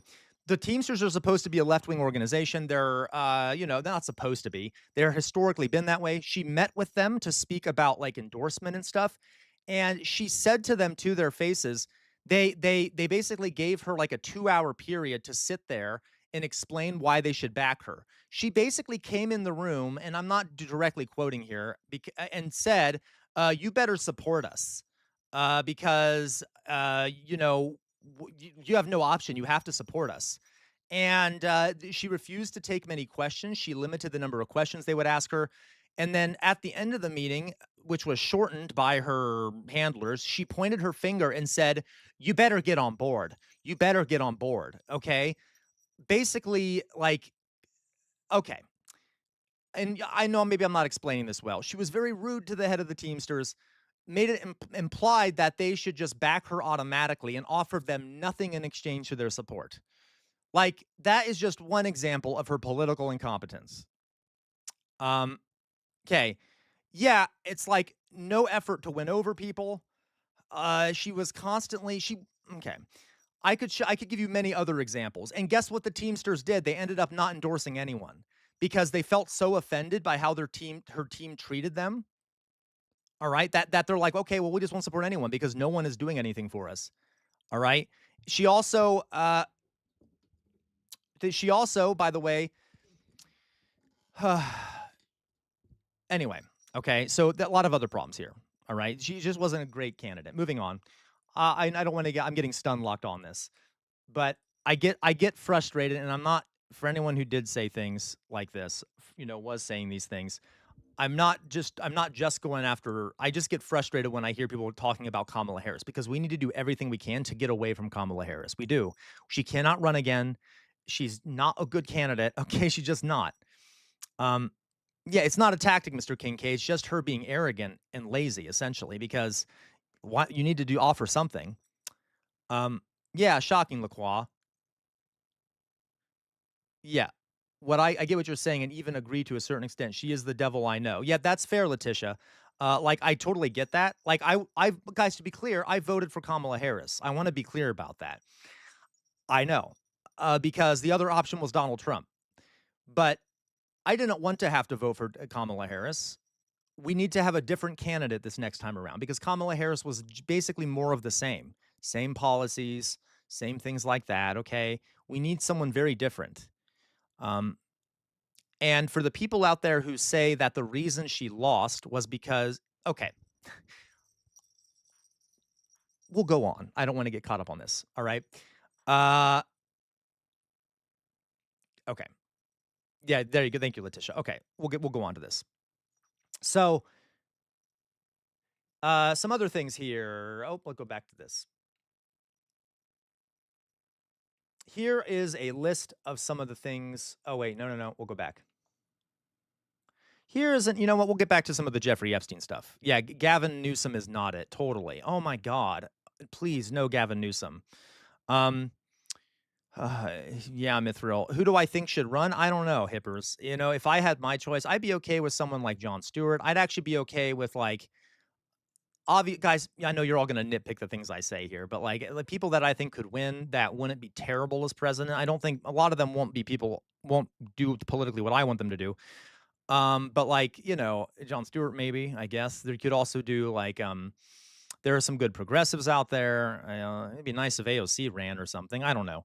I'd have to look around. Honestly, I haven't thought much about it because the options right now are terrible. Okay. We'll figure out something. Yeah, he would also, okay, like anyone other than, okay.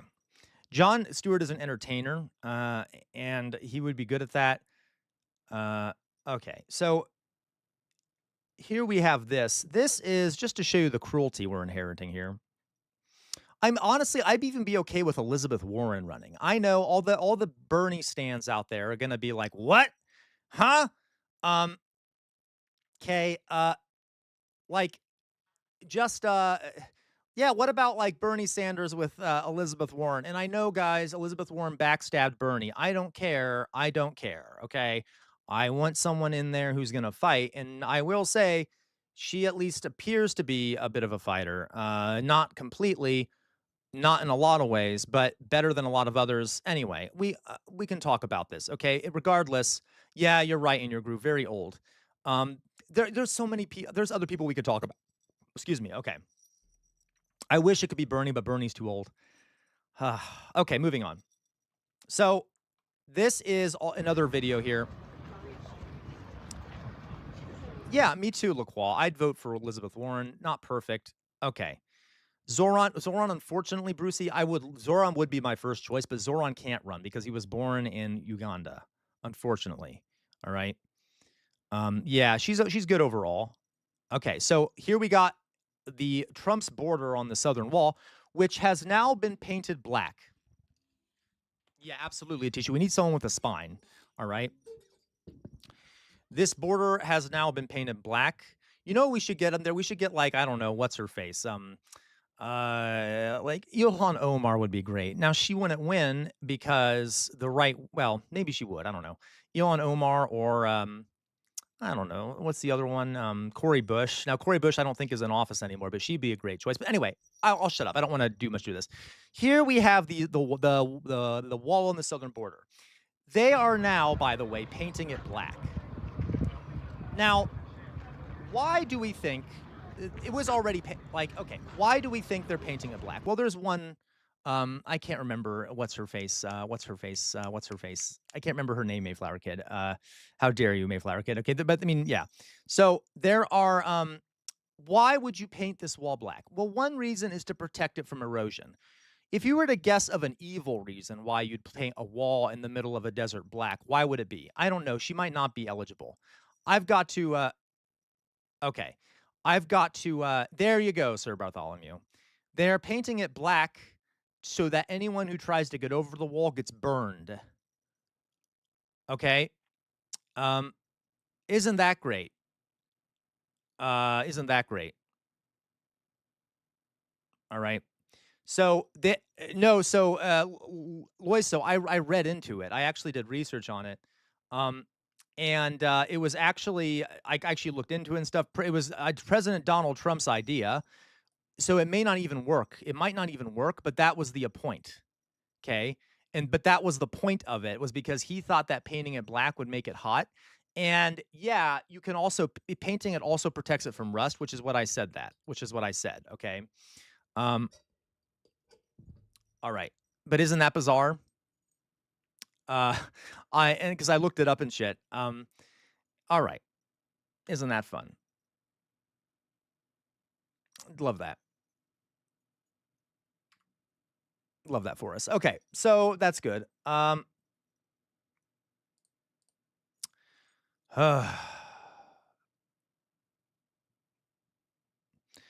erosion is Oh, okay. You're right. So rust erosion. All right. Yeah, there you I got you, Loisa, okay. So okay, so whatever it may be. Guys, I'm not a scientist. I'm just saying because I know you might sometimes the people paint things in order to protect it from like rust or erosion or whatever. So like that I guess could be a reason why you paint something like this. But like corrosion. Thank you. Corrosion, not erosion. Forgive me, Matt. It's like a corrosion. Um, okay. So I don't know, Letitia James. What about the other side? I think they painted the other side. I couldn't really see it in the video. Let's look at the video again.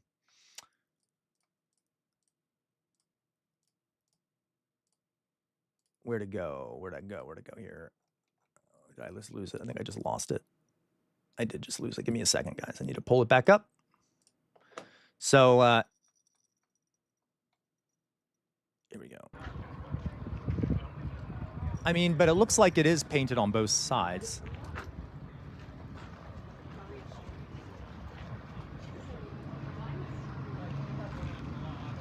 Yeah, it's painted on both sides. At least it appears to be to me. Anyway, so that's good. All right. All right, there we go.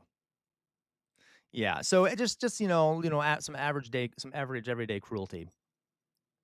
Here we have Steve Bannon calling for fascism, outright fascism, which we already had, but might as well. Here we go. Let's watch this. Might as well, boys. So let's gate it up. We should have painted a rainbow just to gay it up. You're damn right. We're going to have ICE surround the polls come November. We're not going to sit here and allow you to steal the country again. And you can whine and cry and throw your toys out of the pram all you want, but we will never again allow an election to be stolen. You're damn right. We're going to have ICE surround the polls come November. We're not. Good, guys, right? Don't we love that?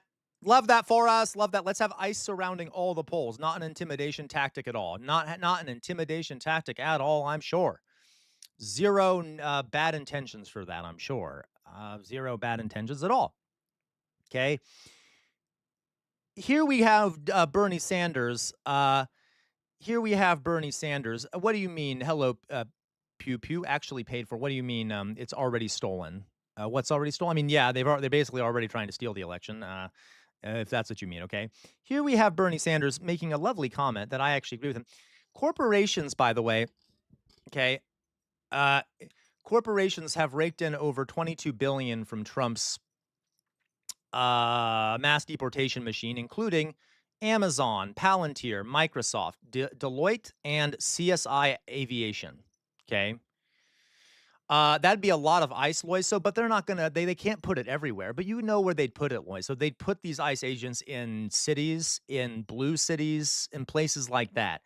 They don't need to do it everywhere. They probably won't put ICE in like rural communities or places like that. Okay, so it doesn't mean they're gonna put ICE everywhere, and they might, regardless, he's calling for it openly. The right wing is just openly calling for it and shit.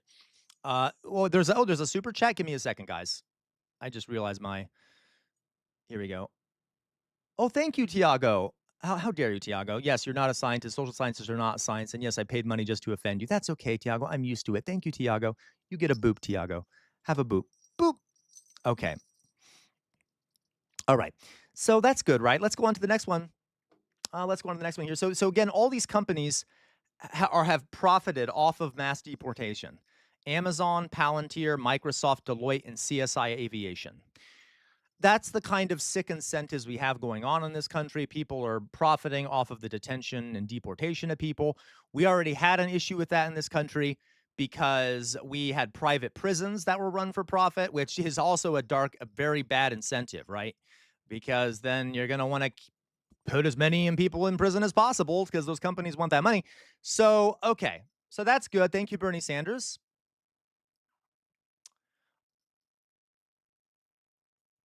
Oh, let me see here.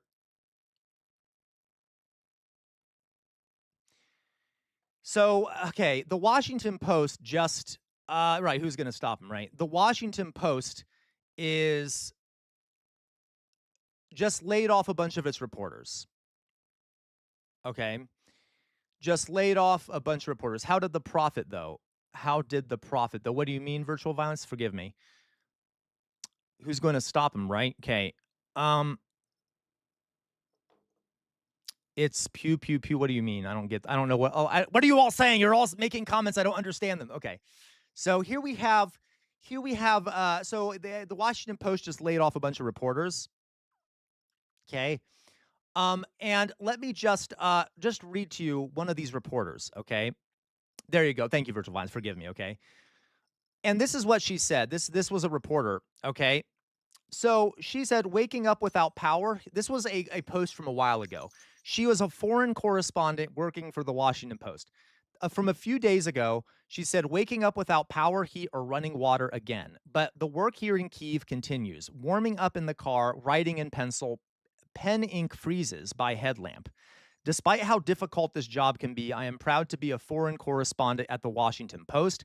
And then here is an image of her in a car trying to work by very limited light in the cold. Now, yesterday, she posted this. I was just laid off by the Washington Post in the middle of a war zone. I have no words. I'm devastated.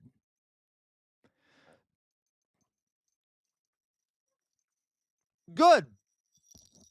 Good. Let's just fire people while they're still in the middle of a war zone doing reporting. I do hope they provided her some way to get back home.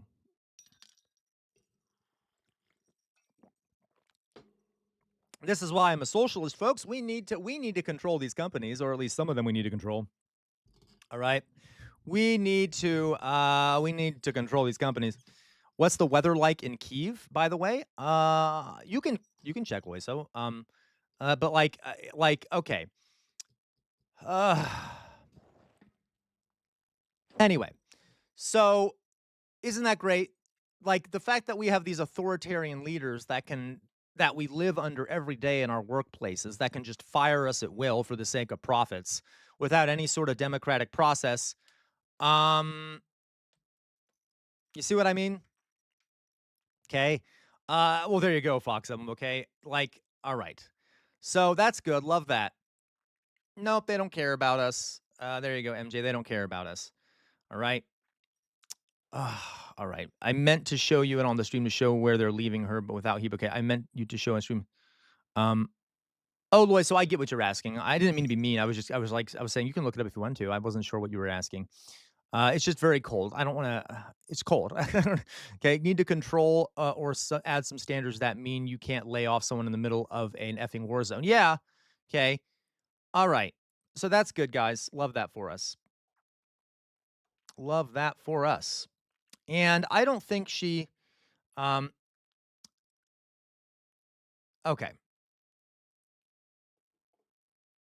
That's for sure. I already was. Guys, remember, I was already fired. For those people who are like, you're fired. Well, I already was fired, folks, and I'm still doing this shit. Okay. All right. So anyway, moving on. So that's good. Love that for us. More authoritarianism all around us, of course. Here we have, now speaking, guys, about the media. No. Speaking about the media, while all this shit is happening, okay? Yeah, at least pull her back to the office, okay? Like, do something. While all this shit is happening, negative 25 degrees, dear God, that's horrific. Okay, so there we go. Now we know. Here we got, okay, remember how I told you the media is bullshit? Here we have some podcast called The Katie Miller Show, and this is what they're talking about on this show here. And I don't even know if this is that big of a deal. Okay, I don't even know if this show is that big. Lot of issues here.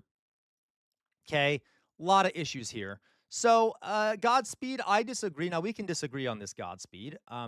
I don't know how you build a society modern day without someone having some amount of power, unfortunately. I don't know how you could, we can debate this, okay? So let's watch this. Let's see what amazing, important things are being said today, okay, on this show. Ready? Let's see what important things are being talked about in other media sources. Do you think an anaconda would make a good pet? No. Well, it depends. It depends. I mean, Okay, let me come back for that one. Do you think an anaconda would make a good pet?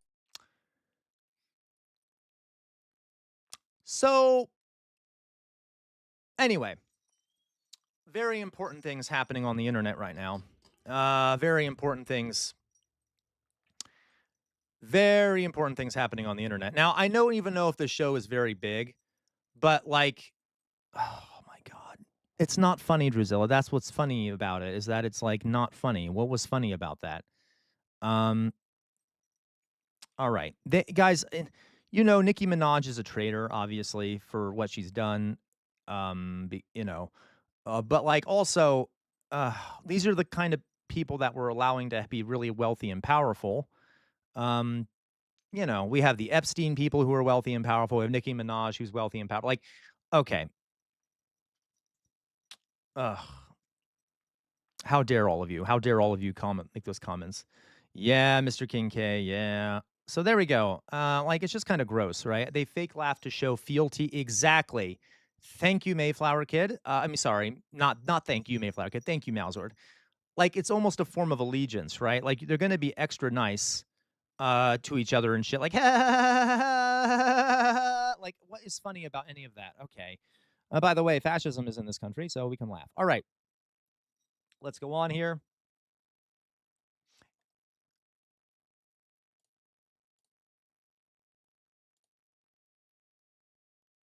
Okay, now go back on here. Oh, dear God.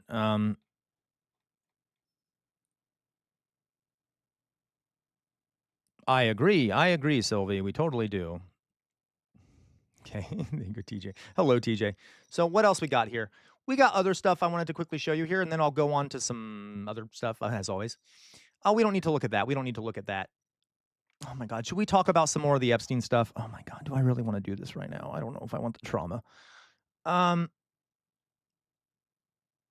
Jesus.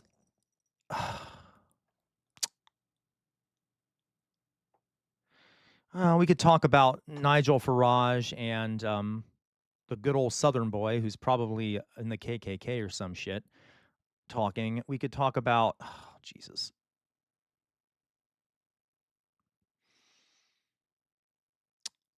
Oh, I see, Godspeed. Well, I'm a socialist, so I don't believe in like companies owned privately by individuals. I think they need to be owned collectively by by the workers. So I don't think like a person should own a business and compete with someone else who owns a business. I think the workers should own each of those businesses. But I got what you're saying. Okay. Not yet, Drusilla. I'll take a look though. All right, Katie Collins. Oh yes. So this was yesterday. Trump was asked by Katie Collins, who, by the way, props to her for asking this question when many other media people aren't. And she asked Trump about the Epstein files, and his response is very telling, right? Very telling. Maybe get onto something else. But what would you say to people who feel like they haven't gotten justice, Mr. President? Something that people care about. Yeah, what did you say? Go ahead. What would you say to the survivors who feel like they haven't gotten justice? You are the worst reporter. No wonder CNN has no ratings because of people like you. You know, she's a young woman. I don't think I've ever seen you smile. I've known you for 10 years. I don't think I've ever seen a smile on your face. Well, I'm asking you about survivors of Jeffrey Epstein, Mr. President. You know why you're not smiling? Because you know you're not telling the truth. And you're a very dishonest organization, and they should be ashamed of you. Maybe get... Okay. Great.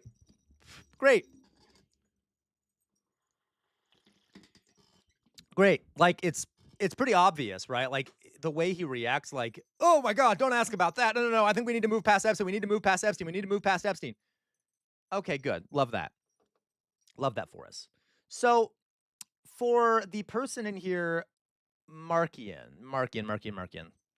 Let me, Markian said Zelensky is in the Epstein files. First of all, is that even true? I don't think it's true. Maybe it's true. Who knows? I doubt it's true. But would you tell me, Markian, would you agree that Russia is also in the Epstein files? I'm just curious. This is a test, Markian. This is a test. And I don't think Epstein is in the files. I'd have to look. I got to tell you. Maybe he is. I haven't seen it, though. But would you now tell me, Markian, that I'm sure then you would confirm. Okay, thank you, Markian. Fantastic.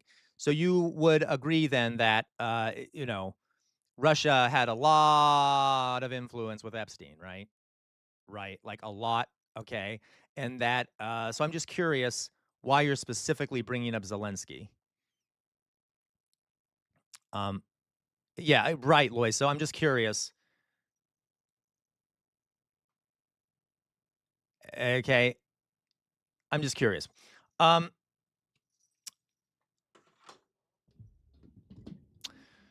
all right. Okay, so let me guys see here.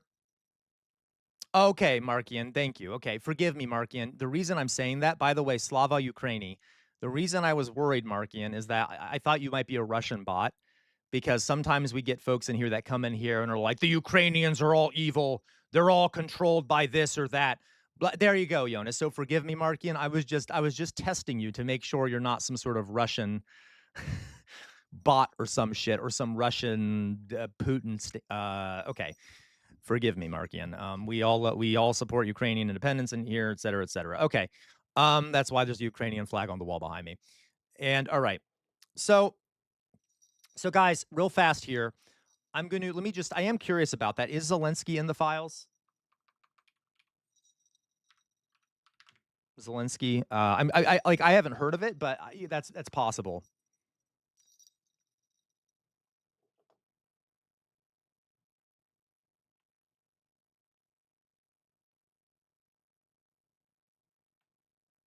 Huh. How Ukraine appears in the Epstein files. I don't see any the Kievan.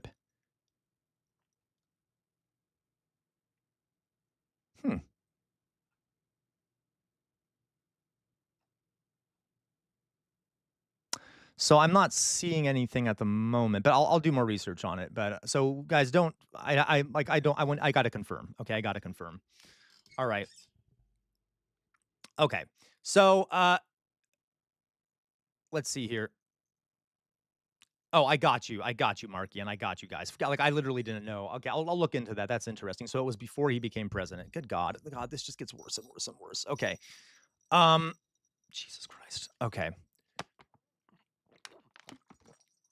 All right. So guys, let's see what else we got here. Yep, your Lord Moji is also in the files, man. So like, can we do something about all this, guys? Dear God, everything is terrible right now. So there's that issue. And what else did I want to do?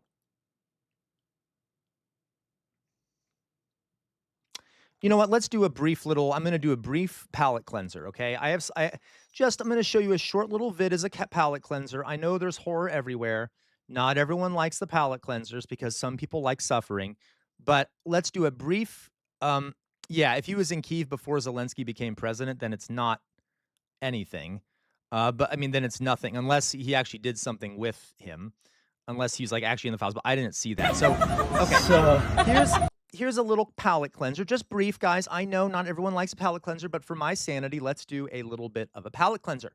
For those that are watching, if you like the content, you can become a member for as little as 99 cents a month. Just over on YouTube, if you click the join button, for as little as 99 cents a month, you become a member and you get a cute little jester hat next to your name, along with access to members-only emojis.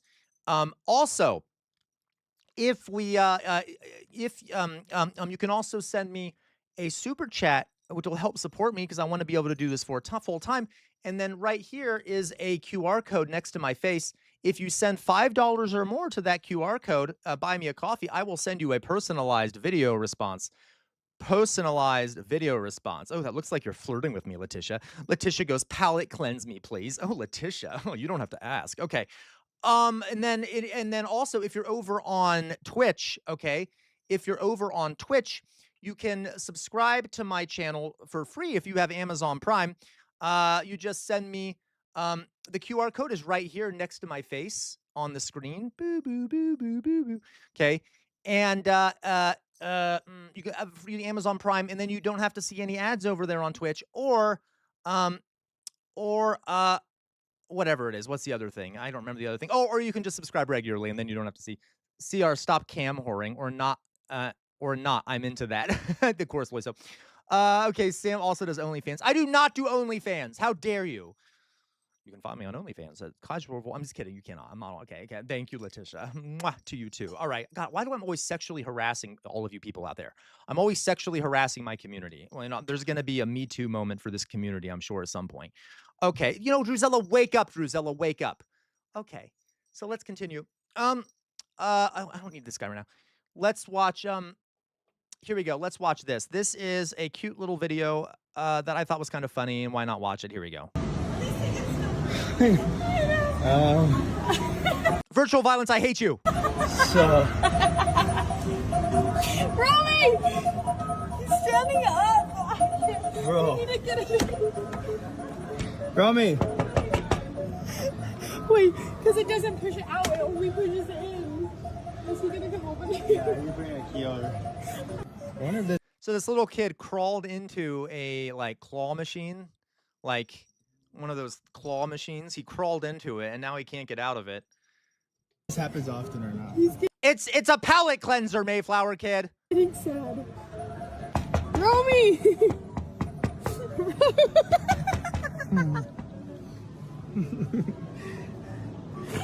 Oh, I like the snark. Should we get the claw, see if we can get his head? How do we get him off? Sir Bartholomew. Yeah, he's coming. He's coming too. Romy's stuck, babe. Yeah, Diane, do not even think about it. Peter. Oh, this, you know, I'm not gonna. I was gonna say something. I am not in a good mood today, Drusilla. What do you mean? Trying to get Romy. Romy. Yeah, right. Letitia, I was thinking the same thing. I'm like, this kid must not be that bright because at least you should grab one of the balls while you're in there, right? No, don't clip that. I know you're all going to clip that and you're going to take it out of context, okay? But the kid should have taken one of the balls, all right, before he left. Dolly boy, don't you start with me. Romy. Come on, baby. Here, watch out. Watch out. We're going to open it. 1 second, Romy. Wait, they're called Rami and Zion? I didn't even hear that. We're coming, buddy. We're coming. We're coming. It's so stuck. Oh, there we go. Mayflower Kid, I swear to God. We're coming, buddy. Baba. 1 second, 1 second. Okay, there we go. Hi. You can't do that. Aww. Yeah. Has that happened before? Listen, though. Like 2 times, yeah. So now, see, now that last part is kind of dark, though. How many times, Fetty Spaghetti, I have had nothing for lunch yet. I will probably go do that at some point here when I go pee. Because you all know I'm going to have to pee soon because I have the smallest little bladder in the world. It's like a it's like I don't know, it's like a chipmunk's mouth. It's just like this tiny little thing. Okay, so, what was I saying? Oh, yes. So they say at the end that this has happened 2 times before, which makes me think they ought to redesign these things because apparently little kids are crawling inside of them all the time, which sounds like a problem, okay, to me, that they have little kids always, you know, just climbing into this shit. Let me show you one more little quick palate cleanser here. That's hilarious. Okay. Let me find here one more little palate cleanser here, if I can find it, because God knows I probably can't. Oh, this one. Guys, I connected with this one, right? I'm all for civil disobedience if it's letting you get ice cream. Okay, Mayflower Kid, I swear to God. So deal with my dark. You coming over for dinner or what? I mean, I could, Fetty. I mean, I could. Okay, so here we go. This is a video from an ice cream shop. Okay, a video from an ice cream shop. And God damn it, guys. You know the times we're living in. You know the times we're living in. You know, some people might need to cope by eating a bunch of ice cream, right? Okay, so you sicken me. Tiago. All right. That's Godspeed. Hey, you don't have to convince me, Godspeed. You need to come to the After Dark streams. Hello, Ice. Hello. Here we have a video of a man breaking into an ice cream store. And he does not steal anything except ice cream. Literally, he just goes into the ice cream store. Oh, my God, Letitia James, don't tempt me. He goes into this ice cream store, eats ice cream, and then leaves. He just breaks in there, eats the ice cream, and leaves. He didn't steal any money or anything. He just went in there to eat ice cream and then left. I think he may have had the munchies, I'm guessing.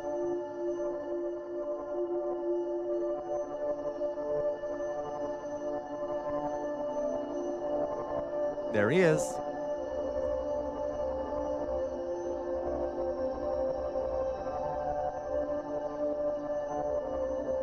There he is, breaking into, he's looking around. He's like, where can I get the ice cream?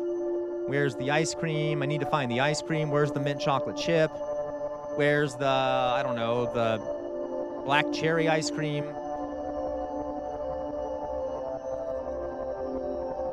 No, I think he fell on the ground. That's why there's that mark on his pants.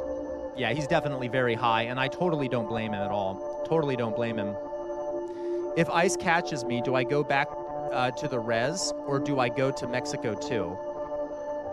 Godspeed. They're sending people in places they're never from, right? Like, so they'll probably send you to El Salvador or some shit, some, you know, place you have no relation to, horrifically.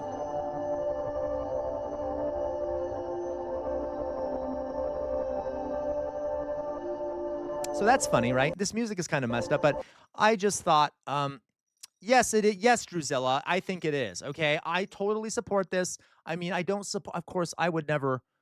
Thank you, TJ. I would never say that. I would never say do illegal things. That would be illegal. But hey, we all know how it feels to want some ice cream, and sometimes you just got to break into a store to steal it. It just happens, right? It happens. You know, once in a while, it happens. So, you know, I just thought that was a cute thing because God knows in this day and age, we definitely need to steal. Shh, virtual violence. You don't know anything. We definitely sometimes need to meet our needs, right? I'm all about, as they say in the corporate world, I'm all about self-care, right? This guy is just engaging in some self-care. If he gets caught, which he probably will, let him go. Let him go. I think that, okay, let him go. Okay. Godspeed. Damn, I don't want my... I know, Godspeed, okay. Probably CCOT. Yeah, these are the CR files. I think it's okay to steal if you're struggling. You need, yeah, exactly. No, Druzella, I'm not actually God damn it, Druzella. God damn it, Druzella. Yeah, totally innocent, right? We all think, no, he goes to CCOT. Okay, probably. He probably will. But, you know, I think we should let him go. Let him go. It's okay to steal, you know, a gallon of ice cream once in a while. Okay. All right. Okay. So, for the sake of your mental health, I'm gonna put my face back up now, guys. There you go, Drumfield. He's fattening up for winter, don't we all? What are you talking about, Tiago? I saw your dark joke and I commented on it. I said, "Ew, Tiago, that's gross." I like chocolate milk, Mayflower Kid. I like chocolate milk. He's checking my morality. How dare you, Druzilla? Okay, CR milk. Okay. You don't like mayonnaise. What's wrong with you, Godspeed? Dear God. Okay, dear God, what's wrong with you? I'm a white man from the Midwest. How dare you insult mayonnaise? How much in a oh my God, Lucy, you disgust me. You disgust me. All right, you guys. I'll be right back.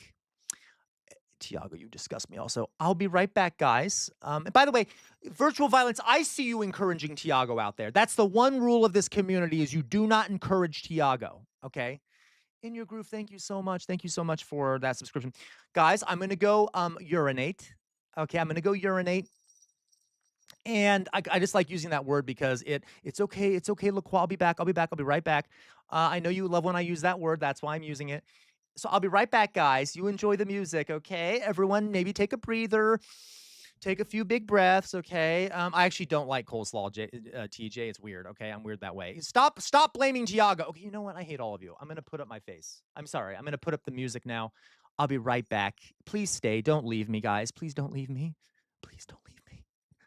Please don't leave me. I can't be without you. Okay, anyway. Let's go. Bye-bye.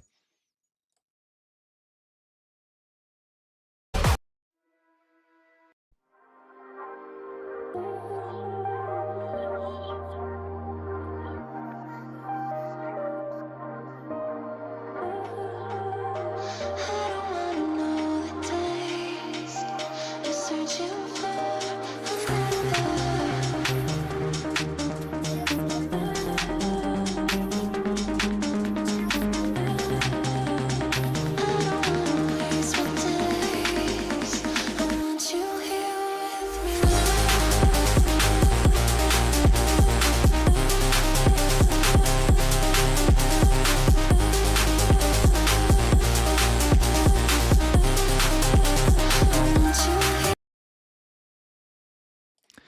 Drusilla, I see what you're trying to do out there, Drusilla. Just because I'm not here, I see everything, Drusilla. I'm like the eye of Sauron, okay? I can see everything. So you can all conspire as much as you want, but Daddy's watching.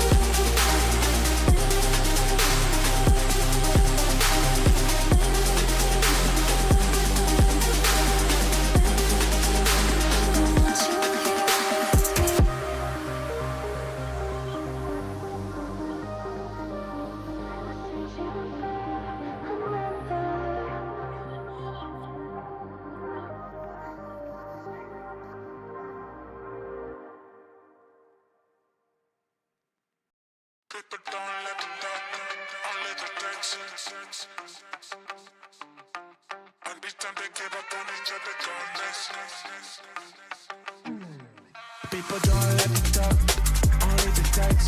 Many times they give up on each other, go next. Fear being cast out, not that complex. We only need to realize and need them body back for us and not build a barrier around ourselves. Same ideology for riding many tracks. Get 1 point that would say otherwise. It's only in a discipline and not a bigger price. So in affection, you cry on my shoulder. This might be the biggest showdown in myself. Not trying to pull ya, but all these ideas in my head are driving me to falter. Oh, you sending me a big paragraph thing. Complaints I made when I left home, red fair and square. Yeah, I guess I'm alright now. Drenching my mind in the alcohol and everything is blessed.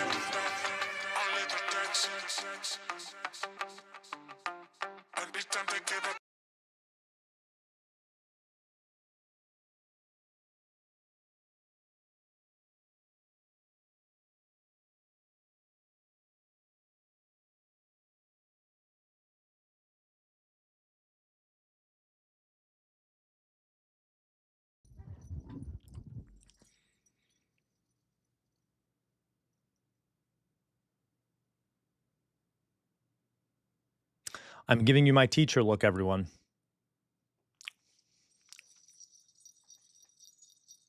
You know what you did. You all know what you did. Okay?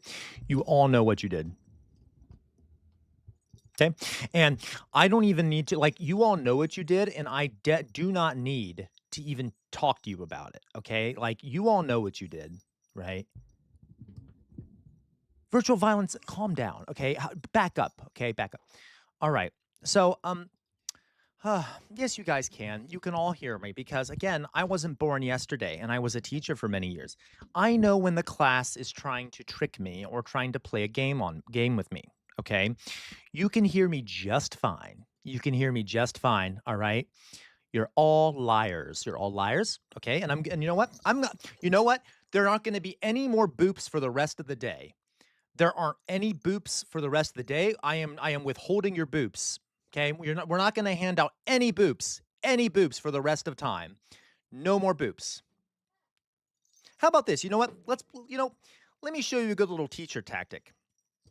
The first person here to break this joke and say in chat, yes, it's a joke, will get a free boop. will actually get 3 free boops.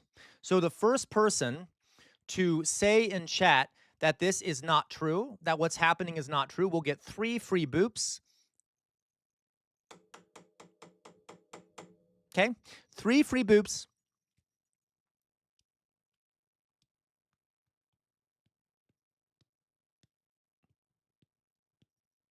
Thank you, Nathan. Thank you, Nathan. Thank you, Nathan. That was easy. It's always good. Bribery always works. There we go. Thank you, Nathan. Yes, Nathan. Nathan gets 3 free boops. Boop. Boop. Boop. And Nathan is now my favorite person here, okay? That's always the easy thing. That's always easy. Thank you, In Your Groove. Thank you, In Your Groove. All right, thank you. All right, so let's go on here. You all lost. You all lost. All right. So let's continue. Okay. Okay. So Nathan, thank you. Nathan, very good. All right. So moving on. Yeah, exactly. That's that. Yeah, there you go, Nathan. You got 3 free boops. And everyone else, Nathan, you're now for today. You're the free. You are now my favorite person in the community. At least for today. Okay. All right. I'm gonna start handing out bromps. By the way, I'm gonna start doing bromps. Of course, yes, Nathan. Of course you can, Nathan. You're the only one I care about now. So, Nathan, yes, can you share a video I saw? I think everyone here would find funny. Yeah, Nathan, of course, do it. Share it. Share it, Nathan. We'll watch it. I'll watch it immediately because of how important you are to the community. All right, guys. So, all right, let's go on here. All right. So, going on here, we have some things to talk about. While we're waiting for Nathan to send whatever he wants to send, okay? Okay. Of course, Nathan, of course. Let's go on now to talk about some other things here. We have some while we're waiting for Nathan, of course. I wanted to show this to you. This is a very good creator who I very much appreciate. Oh, good, Nathan, you made my day. I very much appreciate. Okay, very much appreciate. Guys, I love making the monkeys fight with each other, right? You just like toss in a banana and be like, the first monkey to betray the other monkeys gets a banana. And automatically it always works. Yes, I'm slightly dehumanizing all of you by calling you monkeys. All right. Okay. Oh my God, Jonas. Oh my God, I hate all of you. Don't you dare. Okay. Okay. Okay. All right. So let's do this. Let's do this. There you go. Apes together strong. So, okay, let's watch this. This is a little scene here from one of my favorite creators over on YouTube. Okay. There you go. There you go. Nathan knows it. Okay. Ooh, All right. So here we go. We got this is okay, John, right? John Green. John, we do know who John Green is. He and his brother have a few channels over on YouTube. They do a lot of educational content and things like that. Nathan, I did not. Did you send it on? Did you send it in Discord, in the Reacts channel? Let me double check here, Nathan. Maybe I just missed it. Where did you put it there, Nathan? Where'd you put it there?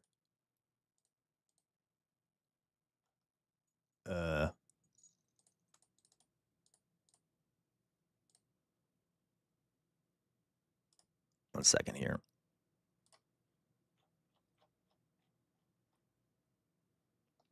Where'd you put it, Nathan?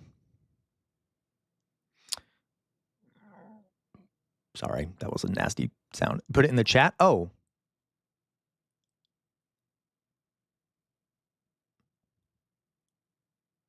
Oh, Nathan, you can't put it in the chat on YouTube. You got to go to the, forgive me, Nathan, you got to go to the, either to the Twitch to send it or the Discord to send it. For some reason, YouTube doesn't let us send links. Forgive me. Okay, but you should join the Discord. Guys, let me post the Discord link, okay? Or you could just go over to the, forgive me, I didn't even consider that. Let me just quickly, guys, I'm going to put in, because I haven't done this yet, I'm going to post the Discord link up here, all right? Okay, the Discord link. Copy, all right. Here's the Discord link. Please sign in there and then post it there. All right. And then when you get there, Nathan, post it in the Reacts channel. Okay. All right. Everyone ready? Let's watch now. He posted this video, and I really appreciate him. He's a great historian. He knows a lot about history and other things in the world. And he posted this video, and I totally understand how he feels. Okay.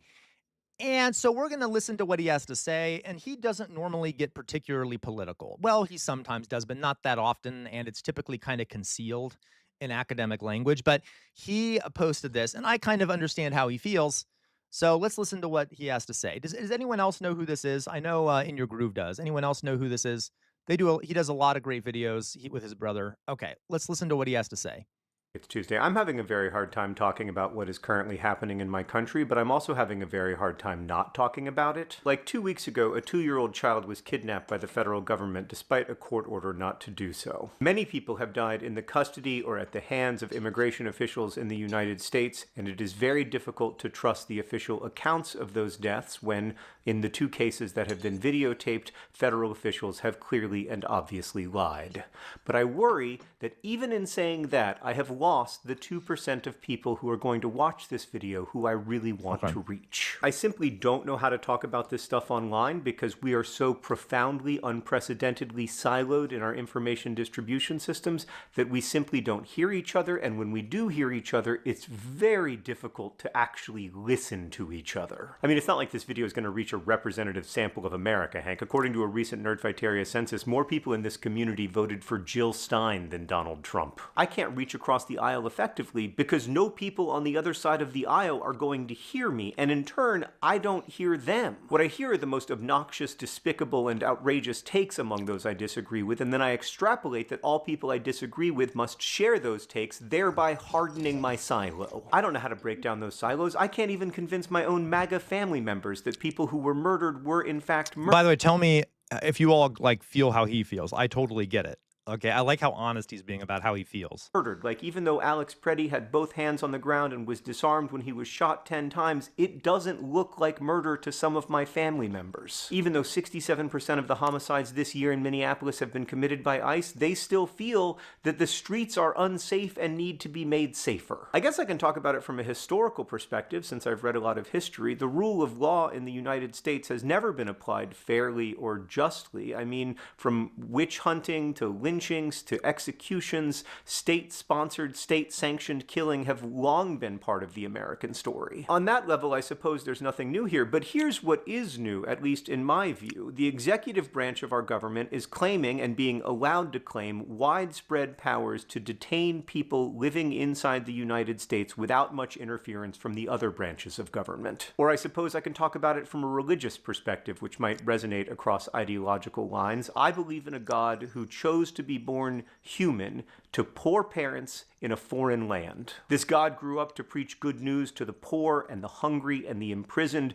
This God literally said, "I was a stranger and you took me in." But at this point in the video, I fear I'm only preaching to the choir, who will of course tell me that I'm right, and if anything, I'm not going far enough. And I worry all that does is harden our silos, which of course means that I have my own unchecked cognitive biases, but I don't know how to check them in a world where my information distribution system has the architecture it currently has. I mean, do the people who respond to memes and deepfakes with Fran, what are you talking about? I'm a socialist. What are you going on about?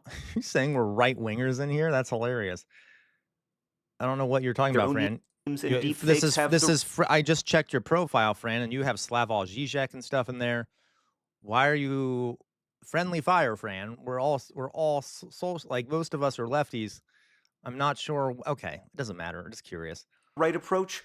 I don't know. Does that undermine whatever credibility I have with those who might disagree with me? Or does it in fact encourage resistance to an increasingly authoritarian government? I really don't know what the right strategy is, and I'm not convinced that anyone does, because while there are many precedents for our current historical moment, in none of those cases was the social internet as big a deal as it is now. Our ways of distributing... Yeah, Fran.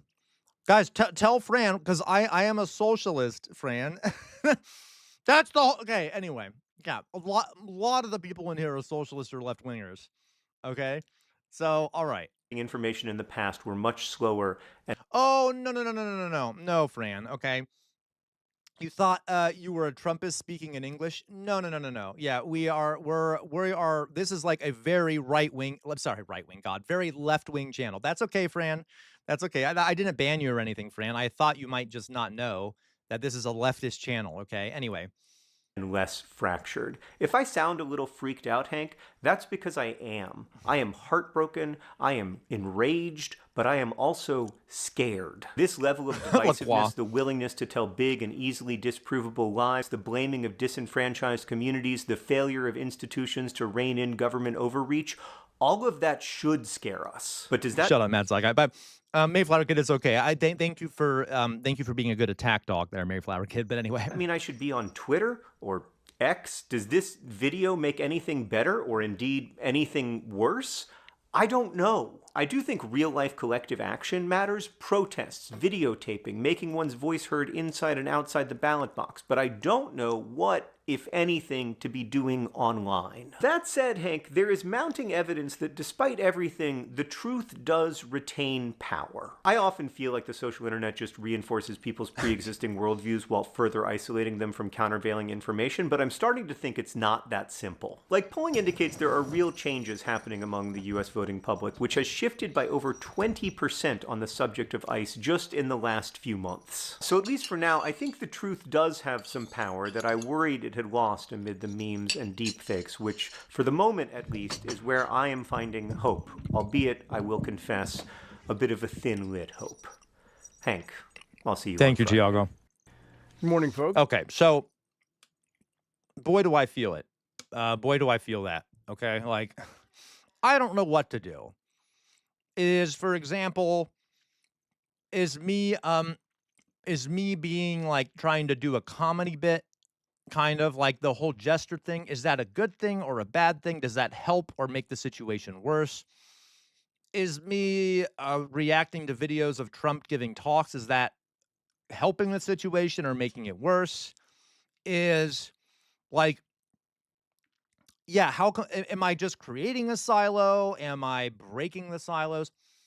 Like, there's so much we don't know. Like, and it's very like, I know I keep saying like a lot. And I know a lot of you feel the same way. Like, I don't know. And it's very disturbing, right? And he even said, like, I don't even know, is this video going to reach anyone? Does it matter? What are we going to do? Like, it's okay occasionally to say, like, we don't know. Okay? We don't know. There's a lot that we don't know. This is a very complex situation, and perfection is not perfect. Okay? I mean, obviously, you can't have perfection. Okay? So, all right. So, yeah, we're all in our silos and stuff. I try to say at the, there you go, Macy, all right? And there you go, TJ. So, okay, this guy, by the way, is he is a lefty too. He's okay. Yeah, oh my god, yes, Nathan, let's do that first. So we're gonna watch Nathan's video that he sent because the rest of you are a bunch of traitors and you don't deserve anything. So we'll watch what Nathan sent. Daddy Trump has needs. Oh, I'm excited. Okay. We'll see this. This looks like this is gonna be a palate already cleanser. Started drinking because Dad. All right, so here we go. Daddy Trump has needs, and let's watch it. Just for fun, just for shits and giggles, since Nathan was an excellent is an obedient community member. Shall we? I bet Al's already started drinking because Daddy's about to land and Daddy has needs. All we want from Denmark is this land on which we're going to build the greatest golden dome ever built. We're building a golden dome that's going to, just by its very nature, going to be defending Canada. Canada gets a lot of freebies from us, by the way. They should be grateful also, but they're not. I watched your prime minister yesterday. He wasn't so grateful. But they should be grateful to us. Canada lives because of the United States. Remember that. I want to really get. But in doing it, I'm helping Europe. I'm helping NATO. And I've until the last few days, when I told them about Iceland, they loved me. They called me daddy, right? Last time. Very smart man said he. This is Trump failed. I think this is AIM on this is AIM on animations. This is creepy as hell. He's our daddy. Daddy has needs. Should have gotten Nobel Prize for each war, but I don't say that. I say millions and millions of people. They said, sir, George Washington and Abraham Lincoln, if they came back and ran as president and vice president, they couldn't. This thing looks more like Trump than Trump looks like Trump, right? Don't we all agree? This is probably a more accurate portrayal of Trump than actual Trump. You. There are windmills all over Europe. There are windmills all over the place, and they are losers. One thing I've noticed, China makes almost all of the windmills, and yet I haven't been able to find any wind farms in China. Did you ever think of that? What we did for Israel was amazing, but that's nothing compared to what we have planned for the United States, Canada, and the rest of the world. We are going to build a dome like no other. We did it for Israel. And by the way, they said, wow. We did it for Israel, of course. It's amazing. I thought President Trump would get it. President Trump deserves it. He ended up 8 wars. Yeah, listen, this is all real audio. These are all things he said. You're asking me to... Right, Louise? Double the cost of prescription. I said, that's right, because you've been screwing us. They called me daddy. Sir, everything you've done has been perfectly executed. I said, I know. But usually they say he's a horrible dictator type person. There you go, Sarah. Welcome, Sarah. But sometimes you need a dictator. Perfectly executed. Perfectly executed. For minors. Do we love minors? I love minors. Oh, God, I'm going to puke. Said that if Ivanka were my daughter, perhaps I'd be dating her. You know? Oh, it's so weird. Stop. They called me daddy. Thank you, Nathan, I think. Thank you. That I'm going to have nightmares, but that, Nathan, probably the most accurate video I've ever seen of Trump. That, again, was more like Trump than the real Trump. I think we all appreciate appreciate Trump. Now, what I want everyone to do, okay, and I'm trying to teach you guys a lesson here, right? What I want everyone to do is, if you guys want me to start handing out boops again, because I think you've all learned your lesson, if you want me to start handing out boops again, I want people to thank Nathan for that video, okay? So if people in the chat here will just thank Nathan for that video, tell Nathan that he chose a great video, all right? And then I will start handing out boops again. All right, so we can all come back. There you go, Mithril. There you go, guys. There you go. Okay, all right, there we go. We got Doug. Okay, Doug. Okay, Doug, you get a boop. Boop. Okay. Okay, no thank you, says other people. Don't fall for it, comrades. Okay, doubter signal, I swear to God. Okay, yeah, thanks, Nathan. There you go, Letitia. Boop. All right, okay, all right, hold the line. Okay. I guess the fattest part of my ass. All right. Okay. How dare you, Malzard? All right. Damn it. Okay. Okay, fine, guys. You actually will take what is ours one day. You all okay, guys, you succeeded, right? I know a lot of you were joking. There you go, AMA, okay? A lot of you were joking, but I am gonna give you credit for resisting, because that's what I hoped for, okay? That I want you I wanted most of you to resist. Some of you didn't resist, and shame on you, Doug. Okay, but I'm just kidding. I know you were joking. But I will give boops to everyone now because most of you refused, okay? You should not give in to authority. So here we go. We got a boop. AMA Gaming gets a boop. Macy gets a boop. LaQuah gets a boop. Nathan gets another boop. Latasha, boop. Mayflower Kid, boop. Sylvie gets a boop. Boop. Virtual Violence gets a boop. Boop. In Your Groove gets a boop. Boop. All right. You didn't let me manipulate all of you with my cult tactics there, my authority tactics. TJ, you get a boop. Boop. Who else wants a boop here? Meowzard gets a boop. Boop. SoCal. Boop. Okay. If I miss anyone? Did I miss anyone? Okay. Trump failed. You get a boop. Boop. All right. You spit on my boop. I spit on your boop. Okay. Oh, Tiago gets a boop. Boop. All right. Hello, Global. You get a boop. Boop. All right, guys. Good job resisting the my use of carrots and sticks. Okay, SoCal, if I keep booping Nathan, I'm going to have to pay child support. Hilarious. Okay. All right, you guys. So Matt Saiga, you get a boop. Boop. Excellent, Sylvie. Sylvie, you get a boop. Boop. All right, we're done. We're done with the boops. Okay. Okay, outer signal. I didn't say it right. CR is playing constant Xanatos gambits. He wins when we obey. He wins when we defy. Of course, I can never lose outer signal. I can never lose. All right. So, okay. Thank you guys very much. All right. I know. I don't know why, Nathan. I don't know why people don't like you so much, Nathan. Nathan, I love you, and I want you to be back in the stream, okay? Anyway. All right. How much I'm booping. Okay, that's pretty funny. That's a pretty dad joke there, Trump failed. I'm about to start calling you Betty for how much you boop. That's fair, okay? Is the game on? Hello, it's the game on. I got you guys. Okay, guys. So, let's continue here with the important stuff. All right. Thank you all for resisting my authority. That was the whole purpose, okay? Though Nathan had just come in here, so he didn't know what was happening. So if everyone needs to forgive Nathan, he had just come in here. He didn't know what I was asking for, okay? All right. So here we got another thing. This was sent, I believe this was sent to me by In Your Groove. I believe this is sent to me by In Your Groove. Mayflower Kid, I swear to God. Okay.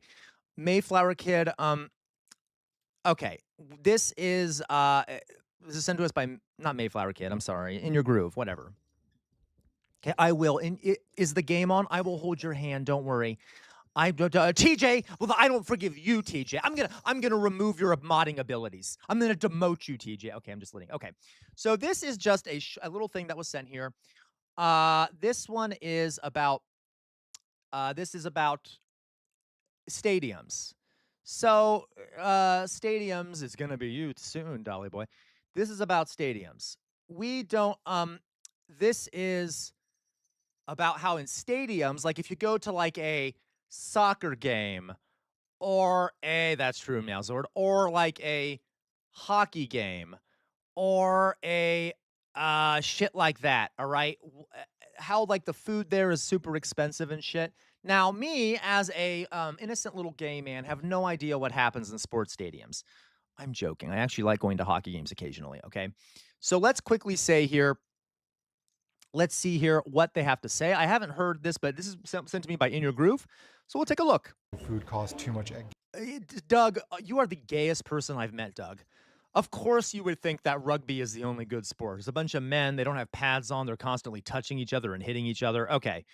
All right, everyone ready? Let's go. Games. But what if I told you this slice and I support this that, beer Doug. and these hot dogs are all part of an illegal scheme perpetrated by billionaires? Oh, yes, we do, TJ. Used to outrageous prices, but this is just a special kind of hell. I'm at Madison Square Garden, not just for a mildly stale pretzel, but to meticulously catalog and quantify just how badly we're getting ripped off. All to prove a point. We don't have to live like this. Because I will say, okay, we're going to watch this. It's interesting from an economic perspective, but it's also like kind of a small thing modern day, given everything that's happening, but we'll see what happens. Okay? There is something felonious about these francs. Right, Doug, I agree. We can do about it. I should start with a story that right, for months now I've been obsessed with. The story of a guy who... Outer Signal. Hey, I'm not saying... Hey, Outer Signal... You're not beating the allegations. You're not beating the allegations, Outer Signal. Outer Signal being one of the most knowledgeable in pop cultural things in movies in the world, in this community. Like, loves movies, loves music, loves all that shit. Okay, loves, musicals, I'm sure. And loves and used to play rugby. Not beating the allegations there, Outer Signal. Okay, I'm sorry. I'll shut up. All right, going on. Is fed up with skyrocketing prices and unprecedented inflation. Not today, TJ. But 1978, when a high school teacher named Ron Gordon waged a one-man war against the price of a hot dog. And I think part of my obsession was this. There was something we've lost since Ron's day that held the secret for how we can bring down the skyrocketing cost of being a sports fan today. I had to find him. So I packed my bags for California to figure out what he knew and what he could teach. Well, I'm sorry, guys. Literally, what's a scrum? What is a scrum? I don't even know what that is. What is a scrum? Would someone tell me? What is a rugby scrum? I literally don't know. You haven't used the word crazy yet. That's good. I'm Ron Gordon, friend of Alec Opperman, who's out here from New York. They do in your group. Steak I made. In 1978, Ron caught wind that the price of a hot... Oh, it's like a giant dog pile? That's hilarious. Oh, Oh, yeah, that does sound like it might be the gayest thing. Although you're right. Oil, you know what? I don't know why am I talking. This isn't After Dark. But yeah, I guess I guess a giant, like, bunch of Turkish people being oiled up in a pile might also be gay. Okay, whatever. Dog was going up by a nickel at San Francisco's Candlestick Park. The reason? A new health ordinance mandating that vendors wrap their wieners. That nickel would pay for the labor and bring the total cost to 75 cents. But to Ron, the math seemed wrong. He became convinced that the concessionaire, the Stevens Company, was pulling a fast one on Giants fans. And the owner, Bob Lurie, had his hands in the profits. He called everyone. Ron, you have been, you lost a little bit of sleep doing this? He called Stevens' meat supplier, got quotes on the price of the Doughboy wrapping machine. I lost a lot of sleep. I spent a lot of time. I spent like 300 hours on this thing. What Ron discovered was that Stevens would recoup their cost and a whole lot more. The total amount of money which they take in would be $91,000, which is an awful lot of money, there's no question. That's over $400,000 in today's money.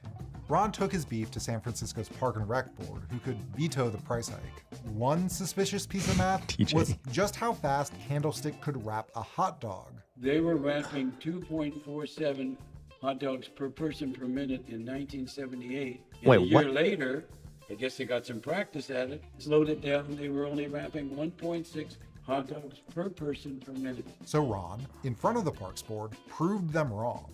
I wrapped hot dogs while I was lecturing them about the wrong they were doing. You wrapped 12 and they could only wrap 2.7. I know Rec and Park was Yeah, irritated. okay, guy, there's something deeply comedic about this. I was like looking up a picture of rugby scrumming while someone in the background is talking about wrapping hot dogs. I think we have now outgayed ourselves officially as a community. I think we all should be proud. We've officially entered a completely new dimension of homosexuality. Okay, I'm very proud of all of you. I feel like we all accomplished something very great here. All right. With me. The more elaborate I got, the less pleased they were. I gave them every detail in every order that I had gotten from the Giants or from them. I mean, they were waiting for me to finish and go away, and then they could leave the hot dog prices the way they were. Jack may be nimble, Jack may be quick, but the 5-cent bite continues here at Candlestick. Ron lost this battle, but the Wiener War wasn't over. Because behind Ron's gambit was an understanding that his local government had the power, even the responsibility, to do something about this. Yeah. It started with who actually owns and pays for stadiums. In Ron's case, Candlestick Stadium was built using public money. It's the same for many stadiums today. Even after they're built, most stadiums get mountains of your taxpayer money because they claim they're a public good. Yeah. Take, for instance, guys, this is so true. A lot of stadiums get public funding, even though we're not profiting off that shit, okay? Okay. It's Madison Square Garden. They get a special break on property taxes that has cost New York hundreds of millions of dollars. In fact, most stadiums are exempt from property taxes. And what are we getting in return for all the free money we're showering on billionaire stadium owners? A boost to the local economy? Not really. No. Study after study finds they are a terrible... Yeah, does anyone have a city that has like has a big stadium and like it's always being advertised everywhere, or anyone being in a city where people have that they're trying to build a big stadium and there's a lot of controversy because it's your tax dollars being used to basically get a bunch of billionaires rich? It's a big issue. It's a big problem. Deal. And do we get affordable tickets? Obviously not. No. From 1999 to 2020, ticket prices grew twice as fast as inflation. One driver of the continued increases, dynamic pricing. But billionaires get a great deal, a license to commit highway robbery at the ticket booth and concession stand. Stadiums used to have shame. The business culture across the board, not just in stadiums, has grown more craven, more opportunistic, more willing to take advantage. 11 1/4 for a hot dog? A single hot dog? Yes, I don't get that. It's really a shame because it's really a shame because it used to be, guys, that like stadiums and like theaters and things like that used to be something that working class people would go to a lot. Like everyone would go to it. Like you'd go to the theater, like working class people would go, the rich would go. They would have segregated seating, like the wealthy would sit up above the. But now a lot of like stadium games or even really anything that you see in a stadium or like a theater is very expensive. It's become an elites only thing. or a wealthy or at least upper middle class thing only. A double vodka lemonade at Madison Square Garden, it'll cost you Yeah, $45. Ron's 75-cent hot dog would, in Of course, LaCroix, $25, insane. cost you about $3.71. Today, in the same city, you'd pay $9 at a 49ers game. Consumed by this glizzy grift, I reached out to this guy you've heard from before, a lawyer and former government official who had some surprising news. Yeah, guys. Charging too much for a hot dog in a stadium is already illegal under the prohibition on unfair practices. But that they're not enforcing it though. And here's the thing, guys. You can basically, inside of a stadium, you limit competition. You just say you can't bring in any food from the outside, which forces you to buy things inside of the stadium, which means you can jack up prices because people need something to eat. It's okay. It's really disgusting. Which most states already have on the books. When you're in a stadium, you only have one choice. And what that means is the stadium has effectively monopoly power There we go. over you. These unfair and deceptive practice laws can be wielded right now by state attorneys general, or even the federal government, to bring down prices. Regulators use them all the time for all kinds of behaviors that exploit consumers, like price gouging during natural disasters. But I was skeptical. If it's so clearly illegal, why has... Guys, I know I'm talking about my socialism here, but do we see how there's fundamentally a structural problem that these businesses can decide prices like themselves? That we've given power to businesses to set the prices and shit like that. Because whatever happens, they're going to try and make a profit. And like we keep trying to talk about, we need to regulate. Well, what's happening in this case? There's already an organization set up that's supposed to regulate this, but politicians that have been bribed by capital, by the owners, won't let them enforce anything. So, like, okay, that's what happens when you set up a system where you have a bunch of private tyrants who look only for profit, and you allow them to bribe the system that is supposed to protect you. Okay. Nothing happened about this. Regulators and attorneys general have grown complacent. They've gotten used to the high prices in stadiums just like we have. I think it's just a lack of imagination, a lack of will. Corporate America has realized that they can overcharge because enforcers aren't. See, again, that's just not, it's a lack of vision, or what do you say, a lack of will? Yeah, I mean, it's because the system is set up. Okay. I'm doing so much GCSE revision. Your streams have been a great way to have a break today. Oh, thank you, the F1 addict. What do you mean? I'm sorry. I'm a fool. What is GCSE? I should know this. It looks familiar. Would you tell me, F1 addict? Okay. Going to stop them. It's not just lawsuits. State agencies across the country could write rules explicitly banning price gouging at the concession stand under these unfair practice laws. But there's an even more direct solution. Those terrible public-private partnerships that owners love to exploit. In what country? Oh, are you in the I got you. So you are in the UK. You guys have a big gotcha. Okay, so that's your big test over in the UK. I didn't know that. Okay, I didn't know about what the standardized test was over there. Fascinating. Okay, good luck with that, friend. I was a teacher, so I know how annoying those tests can be for students and for teachers. Okay, yeah, no problem. F1 Act, please stop by more often. Okay, you can come by whenever. All right, come by whenever. When I was reviewing Madison Square Garden's own financial reports, something caught my eye. This line, under a section called Economic and Operational Hello, Risk. Techno. The report highlights the danger of the government pulling... You're from superpower Bangladesh? their special zoning permits. They have to get renewed every 5 or 10 years. And their $43 million a year tax exemption. Now, wouldn't it be a shame if the city asked for something in return? Or any other city, for that matter. We seem to be one of the few countries, in fact, that finds sports price gouging acceptable. In 2016, 10,000 Liverpool fans walked out of a match to protest 77-pound tickets. They chanted, "Enough is enough! You greedy bastards! Enough is enough!" to the team's American owners. In 2025, according to The Athletic, the most expensive ticket is 61 pounds, about 80 US dollars.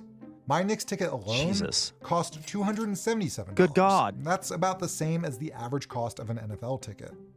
Meanwhile, many teams in the UK don't use dynamic. How dare you guys? How dare you? How dare you? Pricing, they used fixed prices by seat, something New York's Mayor Zohran Mamdani has proposed doing for the World Cup, where a finals ticket goes for $16,000 or more.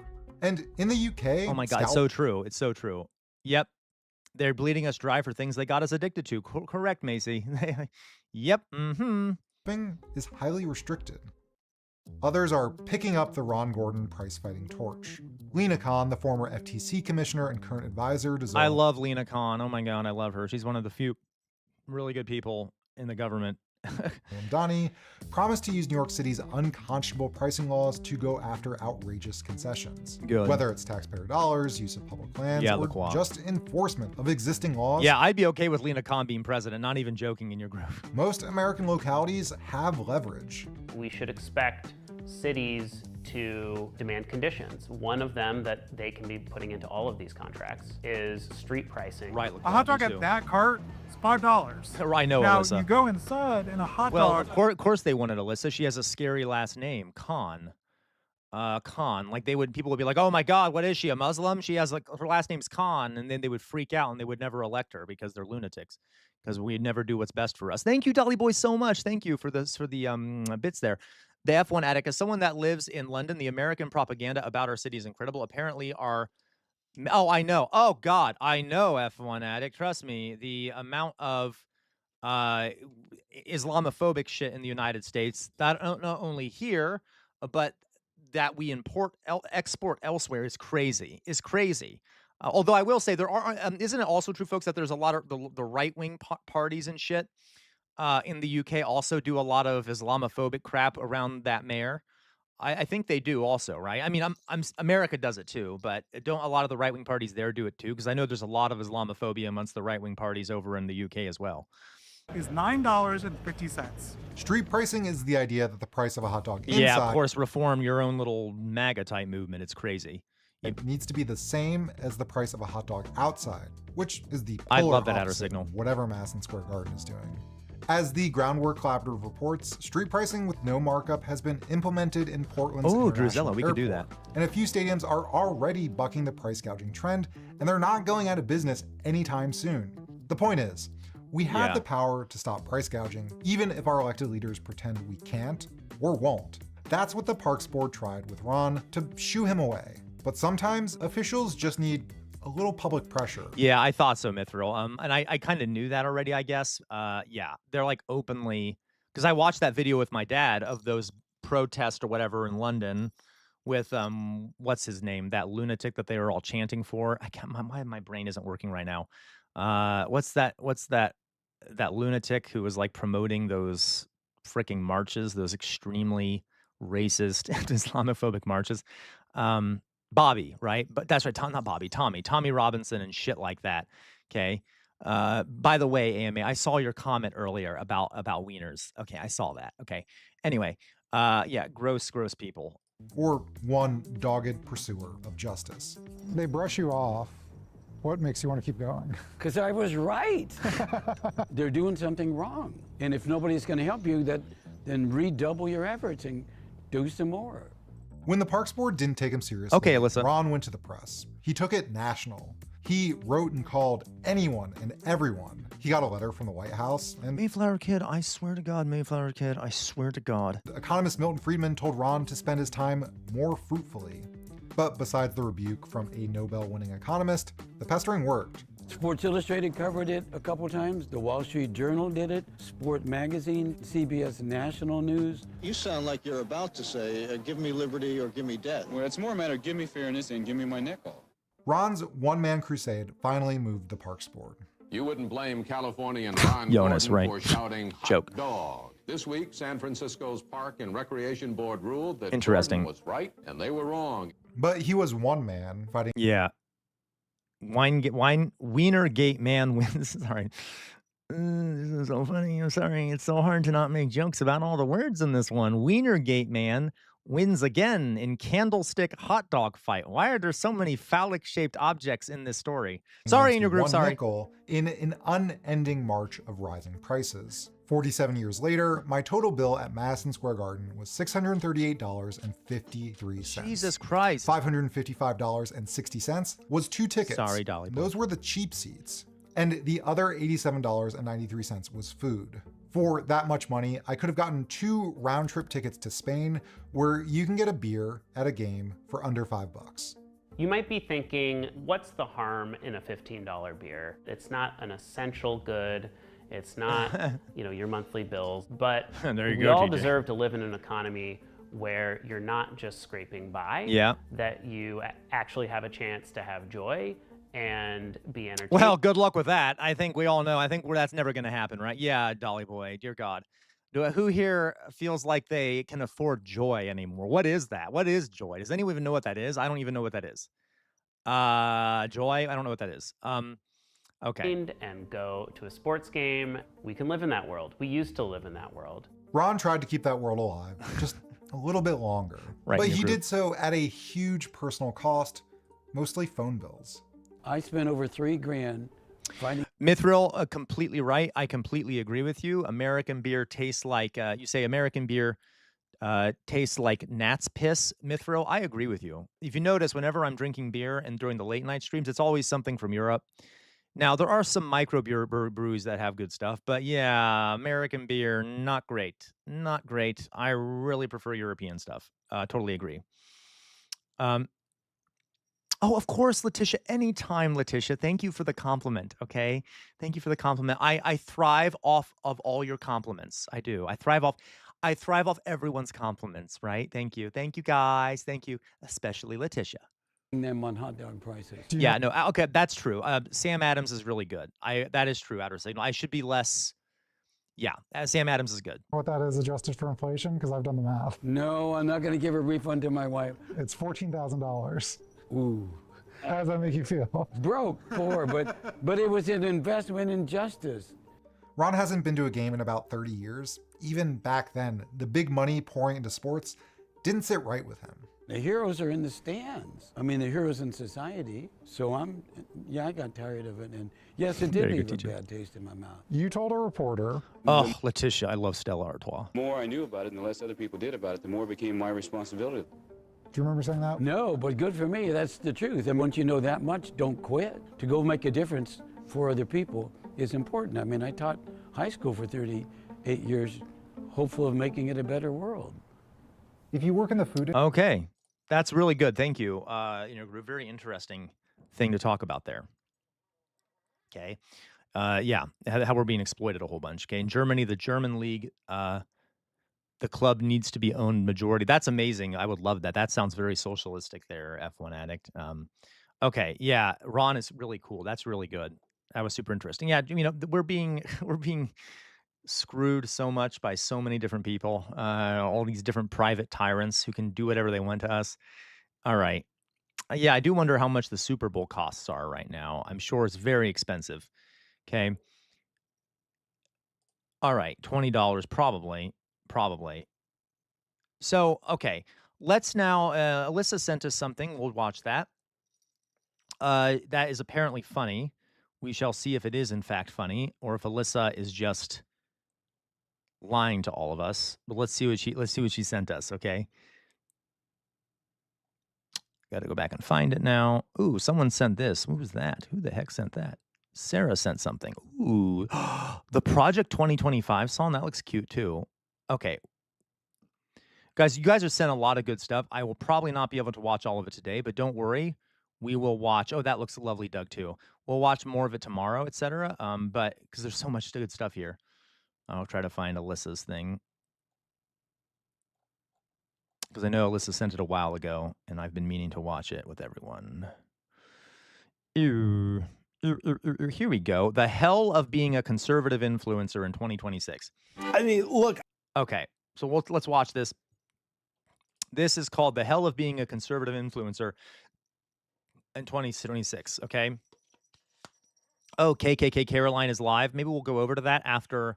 Well, we'll see. We'll watch this first. So let's see what this is. Thank you, Alyssa, for sending it. I'm guessing it's going to be comedic. Everyone ready? Let's go. I don't know what else you people want from me. I've got an American flag. It's really big, for crying out loud. Like, just stop with all the hateful comments. They used to like me. I'd say stuff and they'd just agree. I don't know what the f is going on anymore. Wait, is that guy, is he really a conservative influencer? Is that guy really a conservative? Because some of you are making comments like, this guy's a moron, this guy is a chud, this guy's a...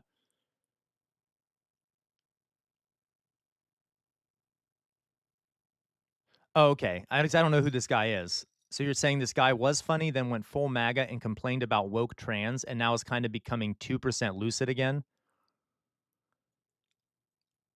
Okay, I'll watch it and then I'll see. Okay. Hold on, I just need to check my tweet, make sure I got mad at the right people. Comments. Shit. Got it wrong again. Tell me what you think of this tweet. I'm all for ICE doing their job. This is what I voted for. No, that's too strong. No, what about, we need border security, but this isn't the right way to do it? No, I mean, that's too weak. Okay, I think I got it. ICE was wrong. 3 shots to the face was too many. 1, maybe 2 would have been enough. Jesus Christ. No, I mean, I don't care either way. It's just, what's the position on this for us? It's hard making conservative content now. Everything you say, there's going to be a rageful mob attacking you. I mean, don't all of them just lie anyway? Like, don't they just start rambling and lie a whole bunch? Like, just scream the word trans person and add some other scary words in that. Trans, jihad, China, gay, like, okay, that's what they do, right? What, the libs? No, the conservatives. It's very stressful.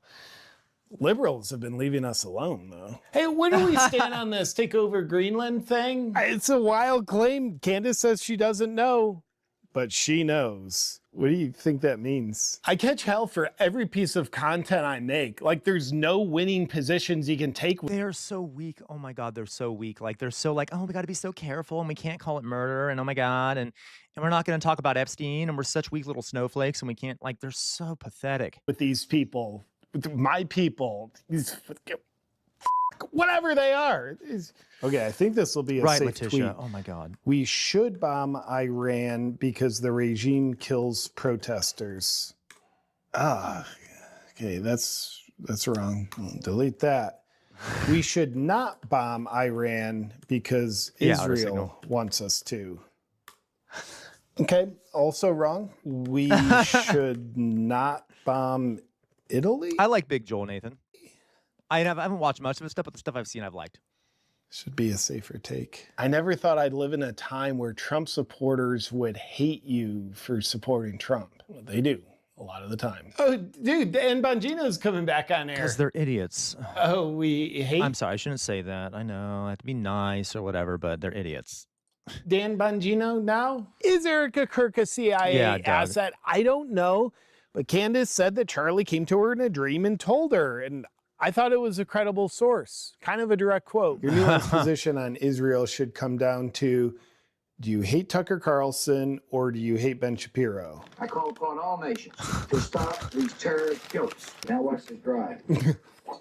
Either way, you're not really going to win, but just pick how you feel about Israel. Let me try this. America first, Israel second. Yeah, this is funny. Israel 11th. Or America first and Israel is also America.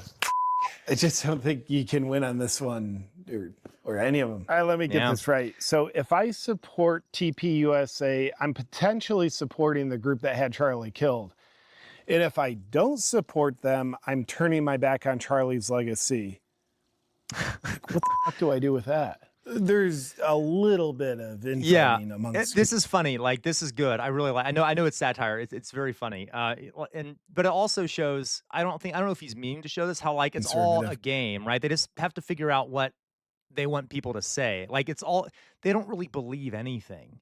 Like, I don't know if a lot of these folks believe much. They just are like, okay, I need to find out what to say that will get me the most views without the least amount of pushback.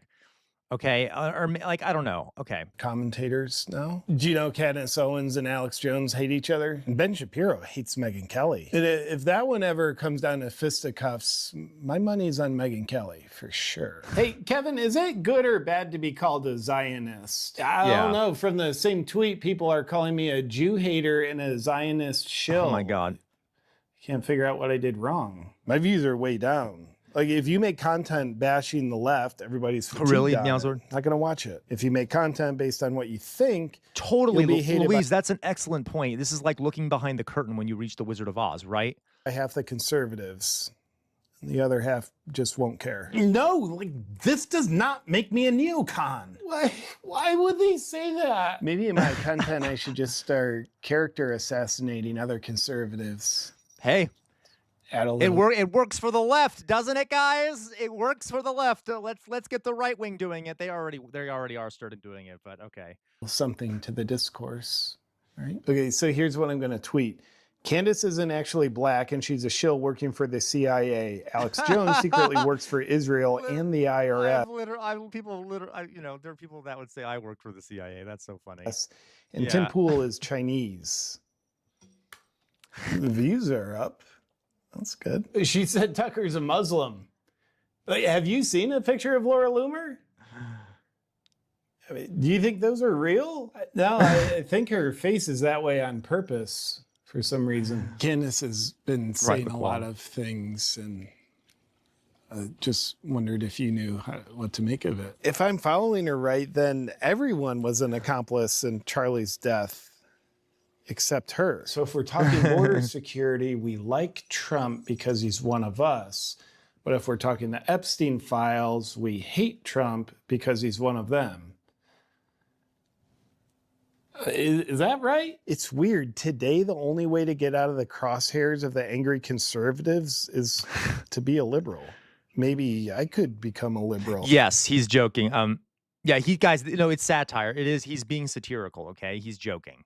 But yes, even though I guess he technically is sort of a right winger, from what people are telling me, recently he's been pushing back a bit, and this is him making fun of it. Okay. Sure, Malzord. But I'm not gay. But maybe I could try being gay. Seems like it would hurt. Yeah, Trump failed. Might be worth it. And now she's saying Charlie was a time traveler? Well, I don't know. Are conservatives pro time travel? I don't know. Maybe I could just try being... No, TJ, that's what I'm saying. From what people were just telling me, he was a right wing. He was a right winger. So a lot of that stuff he got is because he was a right winger. But recently he's been pushing back against the right wing a bunch. All right. Be angrier, be a better conservative. Anyway, it's getting a little dicey as a conservative commentator. Guys, please don't embarrass me. Yes, he has a nice cake. He has a nice body generally. He's kind of an attractive daddy. And I'm sorry for saying it. Everyone else is saying it. I didn't start this. You started this. Does that mean I support anything he believes or says or does? No. You're not going to clip that. You're not going to be like, Casual Revolt Sam thinks that this right winger is sexy. Okay? TJ, that's none of your business, TJ. Hater. It's not what it used to be. Heads up on the dog poop right there. So you're doing all the right things. Earlier nights, more walks, better foods, but you're still waking up tired. That's not normal. No, probably. All right. So he also is selling the weird shitty supplements like the rest of the right wingers do. Okay. All right. Okay, it's over. I love that. So that was good. Thank you. That was very funny. Okay. Okay, I'm sorry. I'm sorry, guys. Did I trigger people out there by being honest? I'm sorry. I'm sorry if I triggered people. I'm sorry. Hey, I wasn't the first one. I'm just saying other people said it first.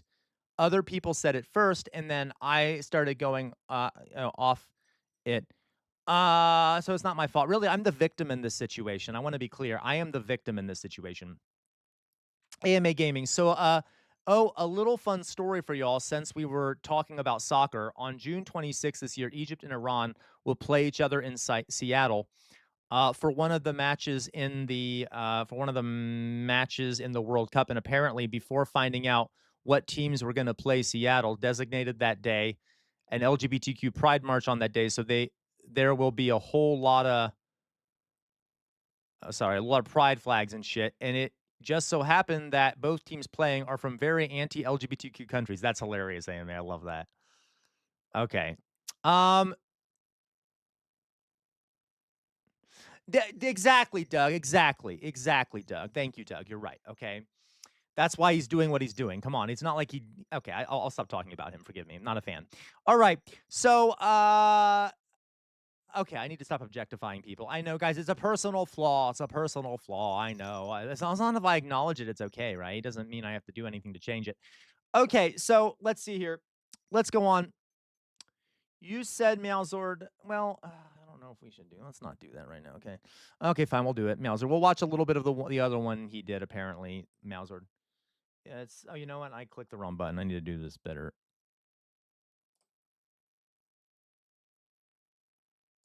Okay. I'm going to share it. Copy. In here. Paste. I can't wait for the Zoom call with Eric. So what is this one? This one is called Employees on Leaked Erica Kirk Call. All right.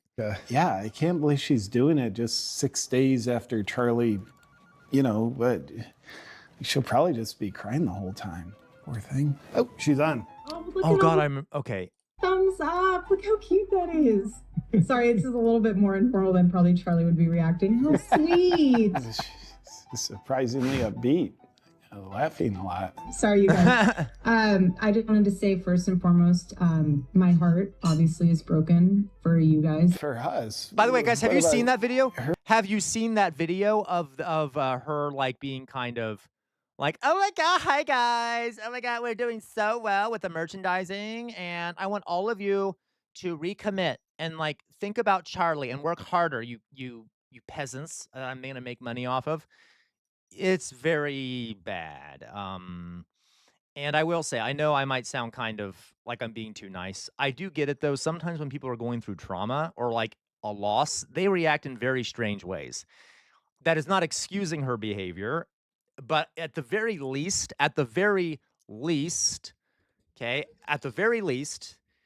whose idea was it to put her on that goddamn call, right? Was it hers? Because that was stupid. Was it someone else's? Because that was stupid, too. Regardless of whether, okay. Yeah, like, okay. But, like, it doesn't matter. Regardless, either way, she either doesn't really care that he's dead or it was deeply incompetent to put her on that call, okay? Anyway. Did she know Charlie was her husband? Turning Point USA will continue like my husband always wanted. And it'll be bigger than ever. And we're going to honor him by doing that. We're going to stay humble. Oh, yeah. Well, she's really focused on business. We're going to work hard because that's what he right, wanted. Letitia. And we're going to just make it grow. Just growing the business. Oh. But he's here, and he's more alive than ever. And he is, he's going to guide us. He's actually dead, and she's guiding us. What, TJ? Really? I didn't see it. What's going on here? And I told Justin, it's going to be something where everything before September 10th, any email you were working on, any project you were working on, it's... Does anyone speak Arabic? We had someone say something in Arabic in the YouTube chat. I just wanted to, so I could read it.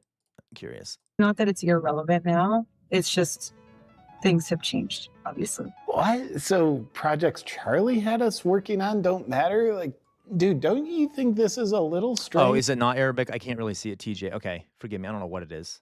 No, she's just saying if Charlie had you working on a project, don't worry about that anymore because she's going to lead us in a more Charlie-like way than Charlie ever could. It's a change. And I just want you to know that, again, I'm with you. I'm here. I'm not going anywhere. Oh, yeah. Well, she's definitely here now. I feel so blessed. And honored.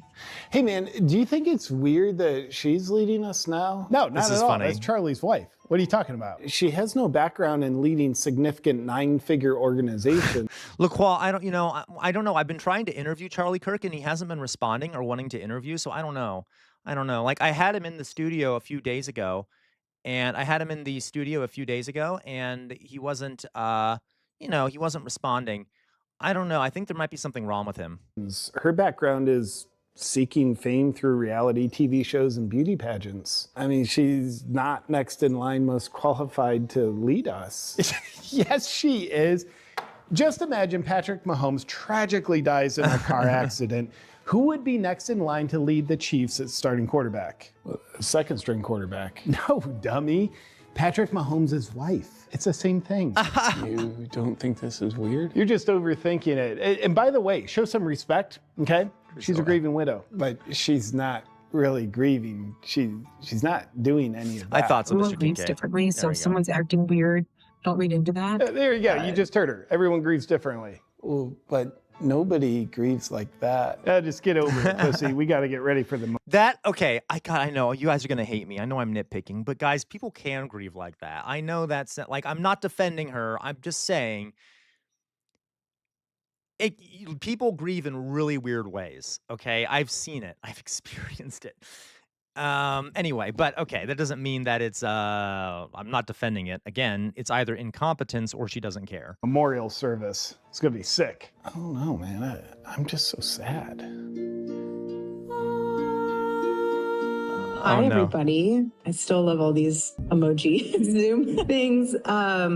Hey, Erica, the emojis are killer.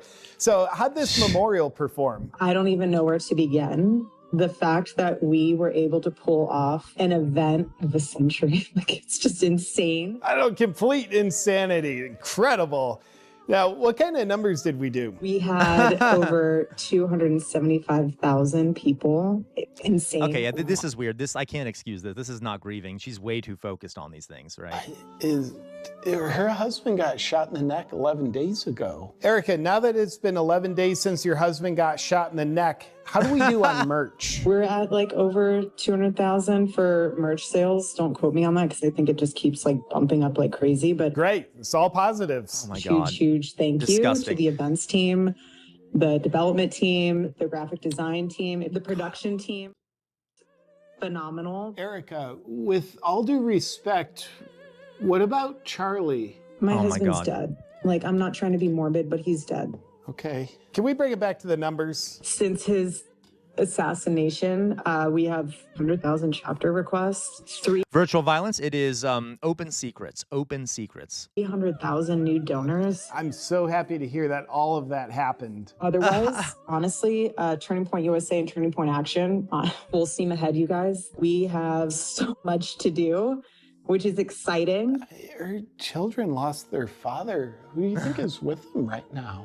Erica, I'm wondering, because your children lost their father and you're not with them, could we get a read on hat sales? I think we have 50,000 plus hat orders to fulfill. God. Congrats, Erica. That's phenomenal. Just phenomenal. Charlie in heaven is like, you guys thought you had a busy schedule then, just you wait.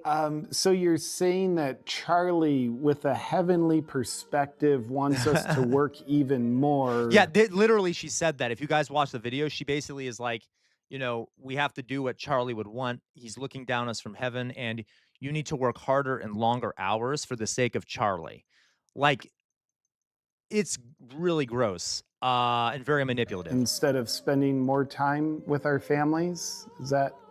Oh, dude, I hear she's single right now and available. Do you think it'd be cool if I mean, we're coworkers, but I don't know. What do you think? Does anybody know what the is going on here? Erica, I've been looking at your beauty pageant bikini pictures, and those pictures were awesome. Where were you for those? It looked like somewhere tropical. Charlie would want us to get back to work, and that's what we're doing. Okay, Erica, more work from us today. Charlie would want us to get back to work. Oh my God, I take it back. She's not, I don't think she's sad. She's just, okay. Generate more money, because that's what matters in this situation, is what Charlie wants from heaven. Roger that. Hey, Trump failed. That's very possible. How do you feel about her? Dude, she's a tremendous leader and a grieving widow. I don't feel comfortable with this. I don't know about you, but... Okay, that's funny. Dear God, it's so true, though, guys. It's so goddamn true. Jesus Christ. Oh, Jesus Christ, it's so true. Okay, I'm going to put my face up real fast here.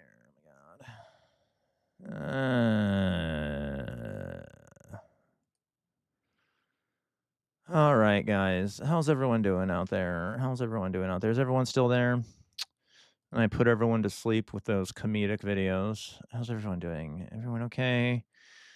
And no problems out there. No problems out there. Anyone comments? Not many people are talking right now. It's weird. Most of you times you guys are very talkative, but there's been like no movement on the goddamn. I know there's like 30, 40 people watching me. Like, what the fuck is going on out there? Oh, hello. Okay, thank you, Outer Signal. Thank you, Nathan. Thank you. Okay, I'm sorry. I don't mean to be an ass. Jonas, you're so funny. Jonas said it's our Kirk impression. Okay. I'm waiting to see him shirtless. TJ, not on stream, TJ, not on stream. Okay. All right. So you're idling, Drizilla. Okay. All right. So guys, we let's do, I don't know. What do you want to do? Do you want to play a game, or you know what? I don't know. Maybe I'll just go. You know what? Let's do this. Let's play one round of the, what was that game you recommended, Drizilla?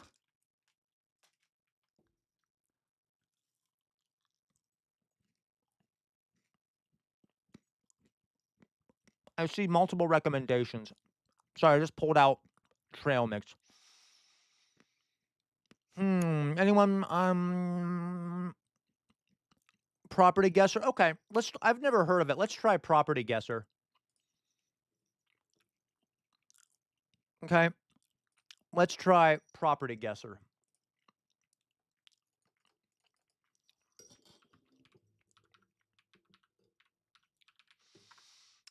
Oh my god, I spelled that very wrong. It looks like property, okay. Property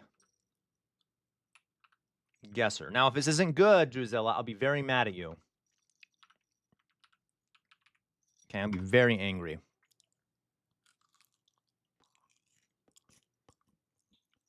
Virtual Vines, would you put it in the Reacts channel so I can remember to check it out?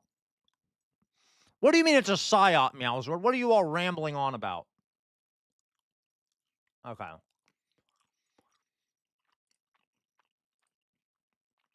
Okay, so. Oh, okay. So we have to guess, guys. I don't goddamn know. I don't know the price of things in pounds sterling. Jesus. Okay. Shut up, Meowzord. This is an adult bar.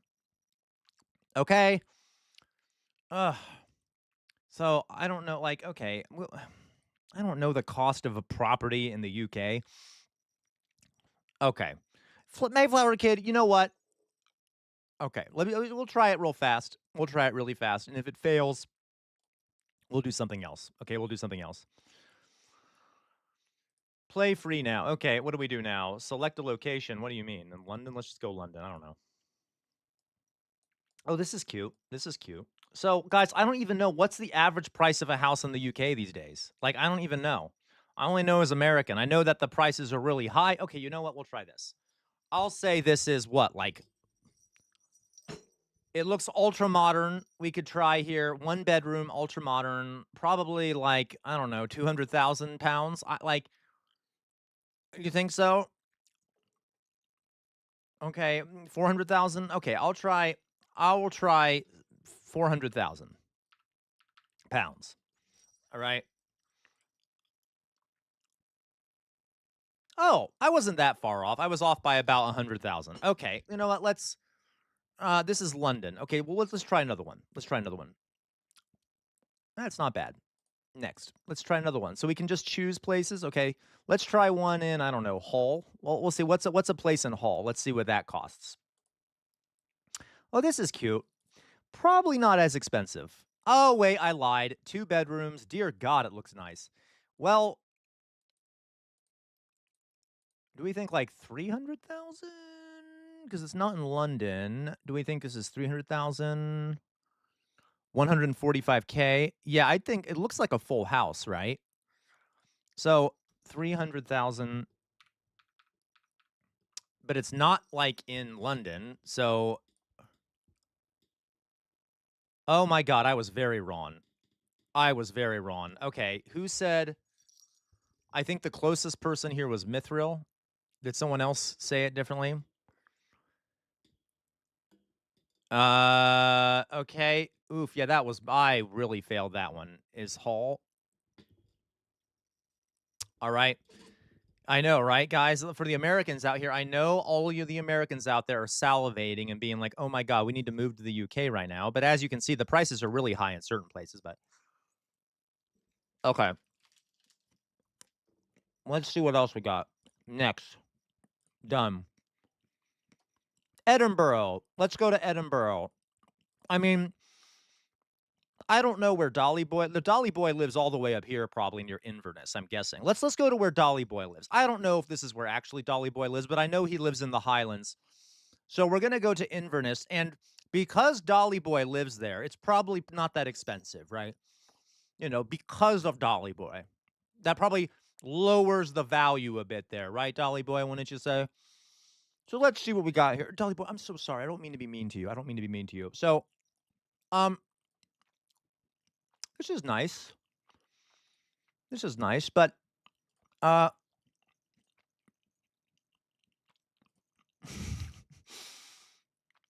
150K. Oh my God, it looks like looks like a Soviet Union like communal housing thing. I mean, those weren't terrible, but okay. You think 200K? Okay, I'm gonna say 100K because I way overdid it last time. I way overdid it, and I'm not trusting the people from the UK.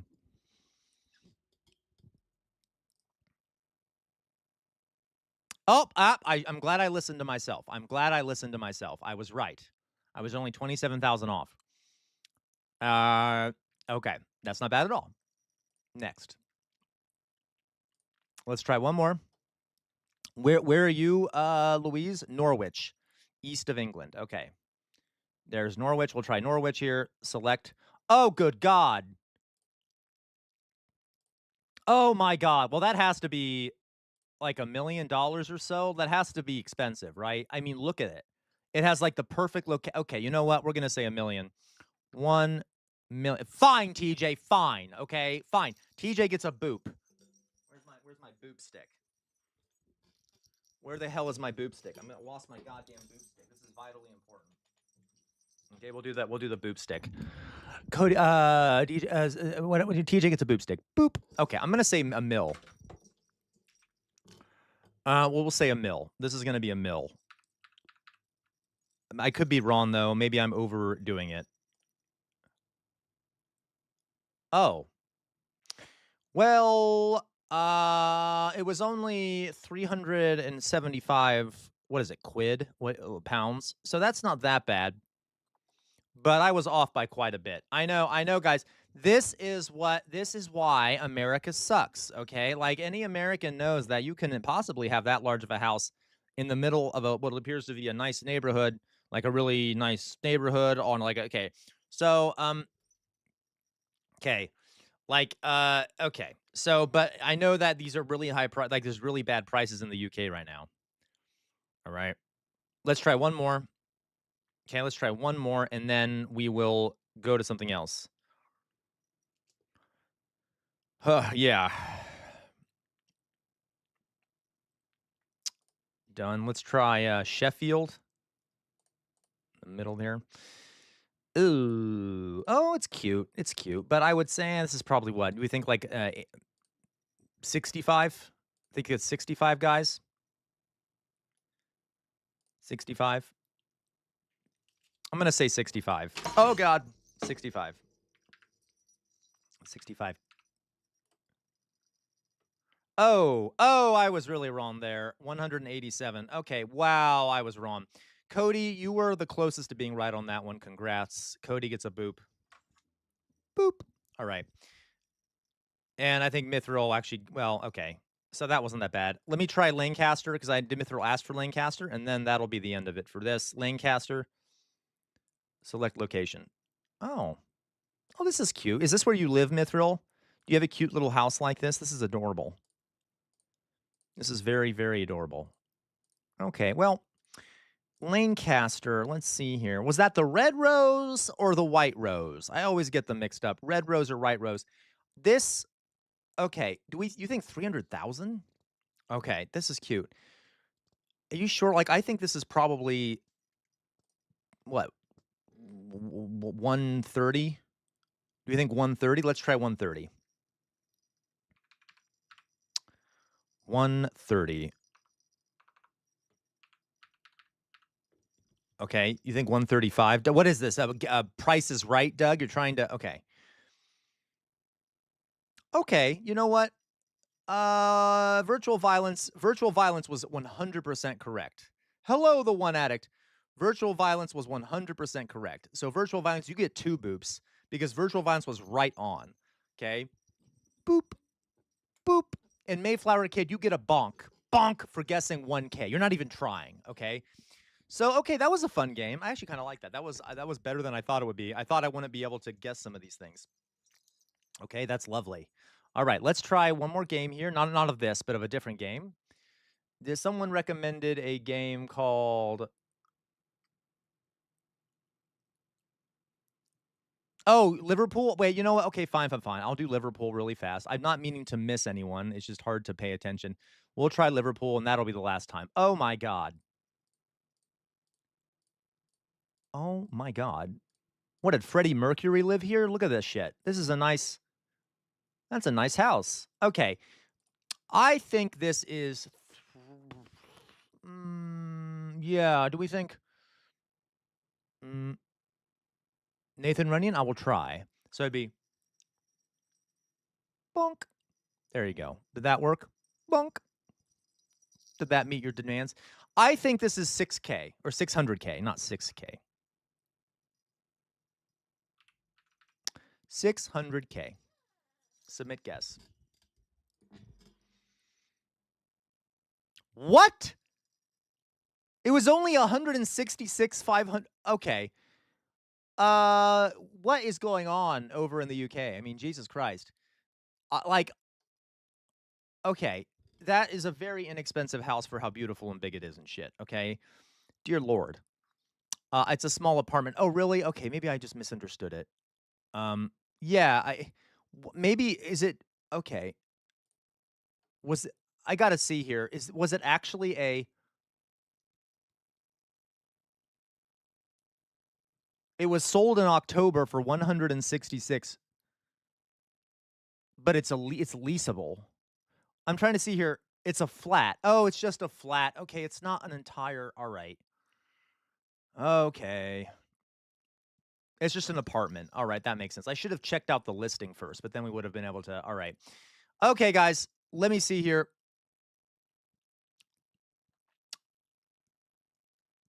Someone else recommended a game.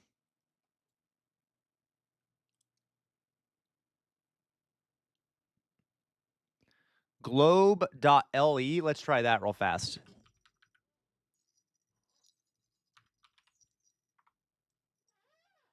What? I don't think that's what I meant. Oh.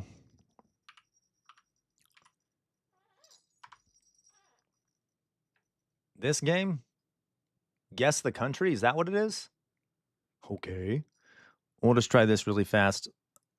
How to play. Every day there's a new mystery country. Your goal is to guess the mystery country using the fewest number of guesses. Okay. So what do I do? What do I do? Is there... How do I see where the so-called mystery country is? I'm very confused. Enter the name of any country to make your first guess. Oh, we're just guessing? Okay, I'll try India, I guess. No, the one before? Okay, I'll go back. This one? No, not that one. This one. This one? Okay. Is it this one then? I'm just making sure we got it right. Okay, no, wait, that one's the same. Okay, we'll do this one. So click the globe to play. So first I name a country. So we'll start with Nigeria. Nigeria. Enter. All right, what does this tell me? What does this tell me? What does the orange tell me? Closest border is well, it's pretty far away, isn't it? All right. So close-ish. We'll try, I guess. Let's try Afghanistan, I guess, just to see if I'm even going in the right direction. All right. What is this? Okay. Let's try Afghanistan.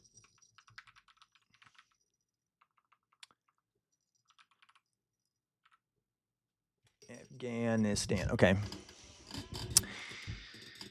So does red mean hot? So red means hotter, I'm guessing. Red means hotter. The more red, the closer. Oh, okay. You know what? Maybe, so that's slightly, maybe it's like, let's try DRC. I don't know if are they going to ask for the whole name? Okay, nope. So it would probably be this way. Maybe it's Brazil. Let me try Brazil. I'm trying to understand. Wait, it's warmer? But this is like the warmest. South America? Okay, we'll try Brazil then. Enter. Nope. Okay, so it must be, okay, we'll try this. We'll try Algeria. Algeria. I want to see how close it is. Ah, there we go. We're getting closer. Algeria is is like red hot. Does that mean it's probably right next to it? We'll try a few of the other ones. Morocco. What did I do? Oh, duh, okay. Oof. So close. Spain. Oof, even closer. Okay. Adjacent. Okay, so it's either France or Portugal or Andorra. Portugal.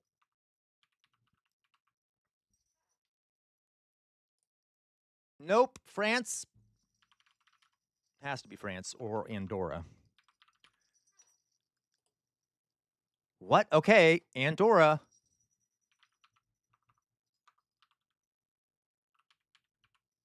Oops, add Nora. Andorra. There we go, Andorra. Yay! La da da da da da da da da la da da da da da da da. Yeah, that was weird. You rarely get a question about Andorra, all right? Okay. So that's cute. We didn't do badly here. Today's guesses. Average guesses of 10. Oh, it took me 10 as well. Okay. Period. Right. You want to do one more? Let's try one more. Okay, we'll try one more. How do I restart this shit? How do I restart this shit? I don't know how to restart this shit. Let's just restart the shit. Okay. Oh, wait, you can only play it once? Aw. Okay, that was cute. I like that. I like that. It's like Wordle. I got it, Cody. Okay, that's cool. I like that. That's kind of fun. One a day. All right. So, guys, I'm going to put my face up here.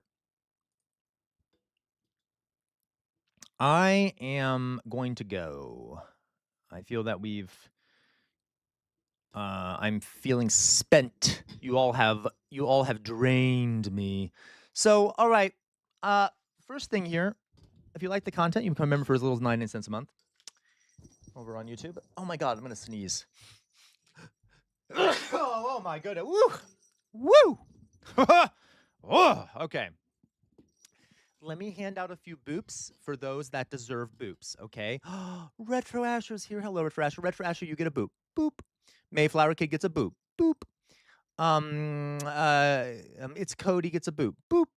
F1 Addict, you get a boop. Boop. A Bright Love boop. Boop. Nathan gets a boop. Boop. Virtual Violence gets a boop. Boop. LaCroix gets a boop. Boop.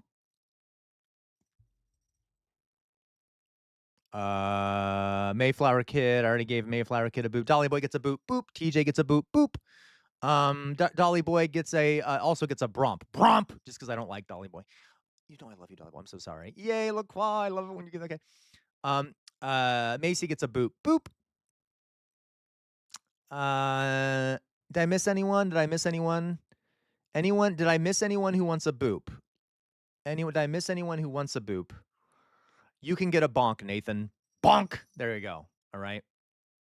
But now that's different though, Nathan, because a bromp is where I remove a boop. Okay. But a bop is just where I hit you over the head with my scepter. Okay. Mayflower Kid, I already gave Mayflower Kid. Did I miss anyone here? Meowzord gets a boop. Louise gets a boop. Jonas gets a boop from a distance. Boop. And okay, I think I got everyone, didn't I? I think I got everyone. All right, you guys. Oh, Letitia. Blomp. Boop. And CS person, I don't know who you are, but hello, you get a boop. Boop. See you people. We are being exploited by the boopers. All right. Okay, guys. Thank you all for watching. I'll be back on tomorrow, regular time and shit. Please try to maintain, Jester gets a boop. Boop. Please try to maintain your sanity in the coming days. God, I know it's hard. I know it's hard. Trust me. But we have to maintain our sanity in the face of a fascist takeover and the suppression of elections, shit like that. Oh, bye-bye. Boop. Bye-bye, Fetty Spaghetti. So we, so we will, oh, yes, you too, Fetty. You have a good night, too. Unfortunately, Spaghetti, I don't even know where you are. I'm very sorry. Okay. Trump failed gets boop. Boop. Mithril gets a boop. Boop. So you try to stay sane. I know I told you a lot of horrible stuff, and then I tried to distract everyone from it by talking about nonsense. But you know how it works. We do have to do something about it, folks. Also, okay, we got to do something about it, right? I'm calling for revolutionary change in the United States. Okay, virtual violence. I swear to God. Okay, everyone ready for this? First of all, free Palestine. Free Palestine. Second of all, never stop resisting. That includes when you watch me. Don't blindly obey authority figures or anyone you see online. Don't get caught in an information silo. See what other people are saying. I'm only human. I make mistakes, okay? Just because I'm on the other side of a screen doesn't make me any better or worse than you. We are a collective. The whole point of this community is that I joke about having authority, and you shouldn't take me. Okay, you got it, right? Where we are a collective and no one's better or worse. Okay, obviously, though, I have a position of power, etc. Regardless, you see what I mean? That's the goal, is a collective. On the, we're living in a fascist moment in this country and other countries around the world. Fascism thrives in an environment where people have lost faith in the democratic institutions because their needs are not being met. We need major reforms. I'm calling for revolutionary change in this country. You cannot stand in the center. If you stand in the center, the fascists will walk all over you.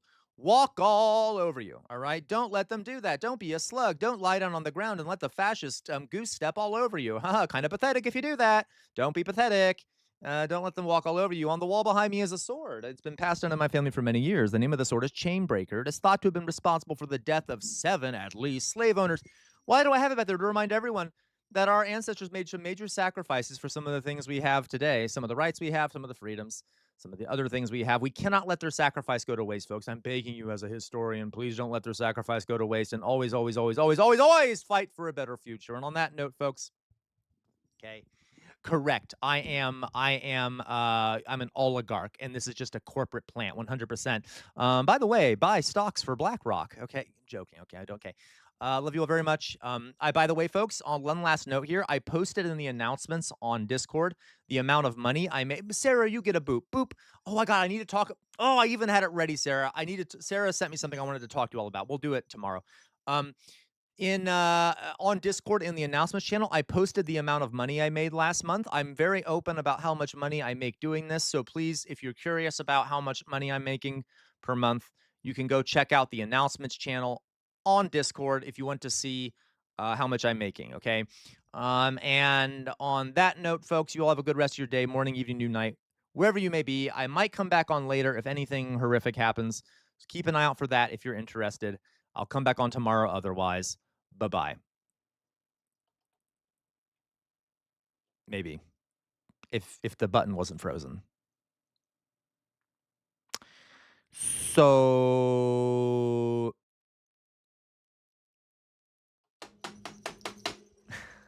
Guys, I'm doing this on purpose, obviously. Clearly, this isn't some sort of weird thing going on with the internet. Surely, this is not a humiliating moment where I can't end the stream. Oh, wait, I can try this one. Okay, I'm going to end it over on YouTube. Bye, YouTube. Bye. Now, for those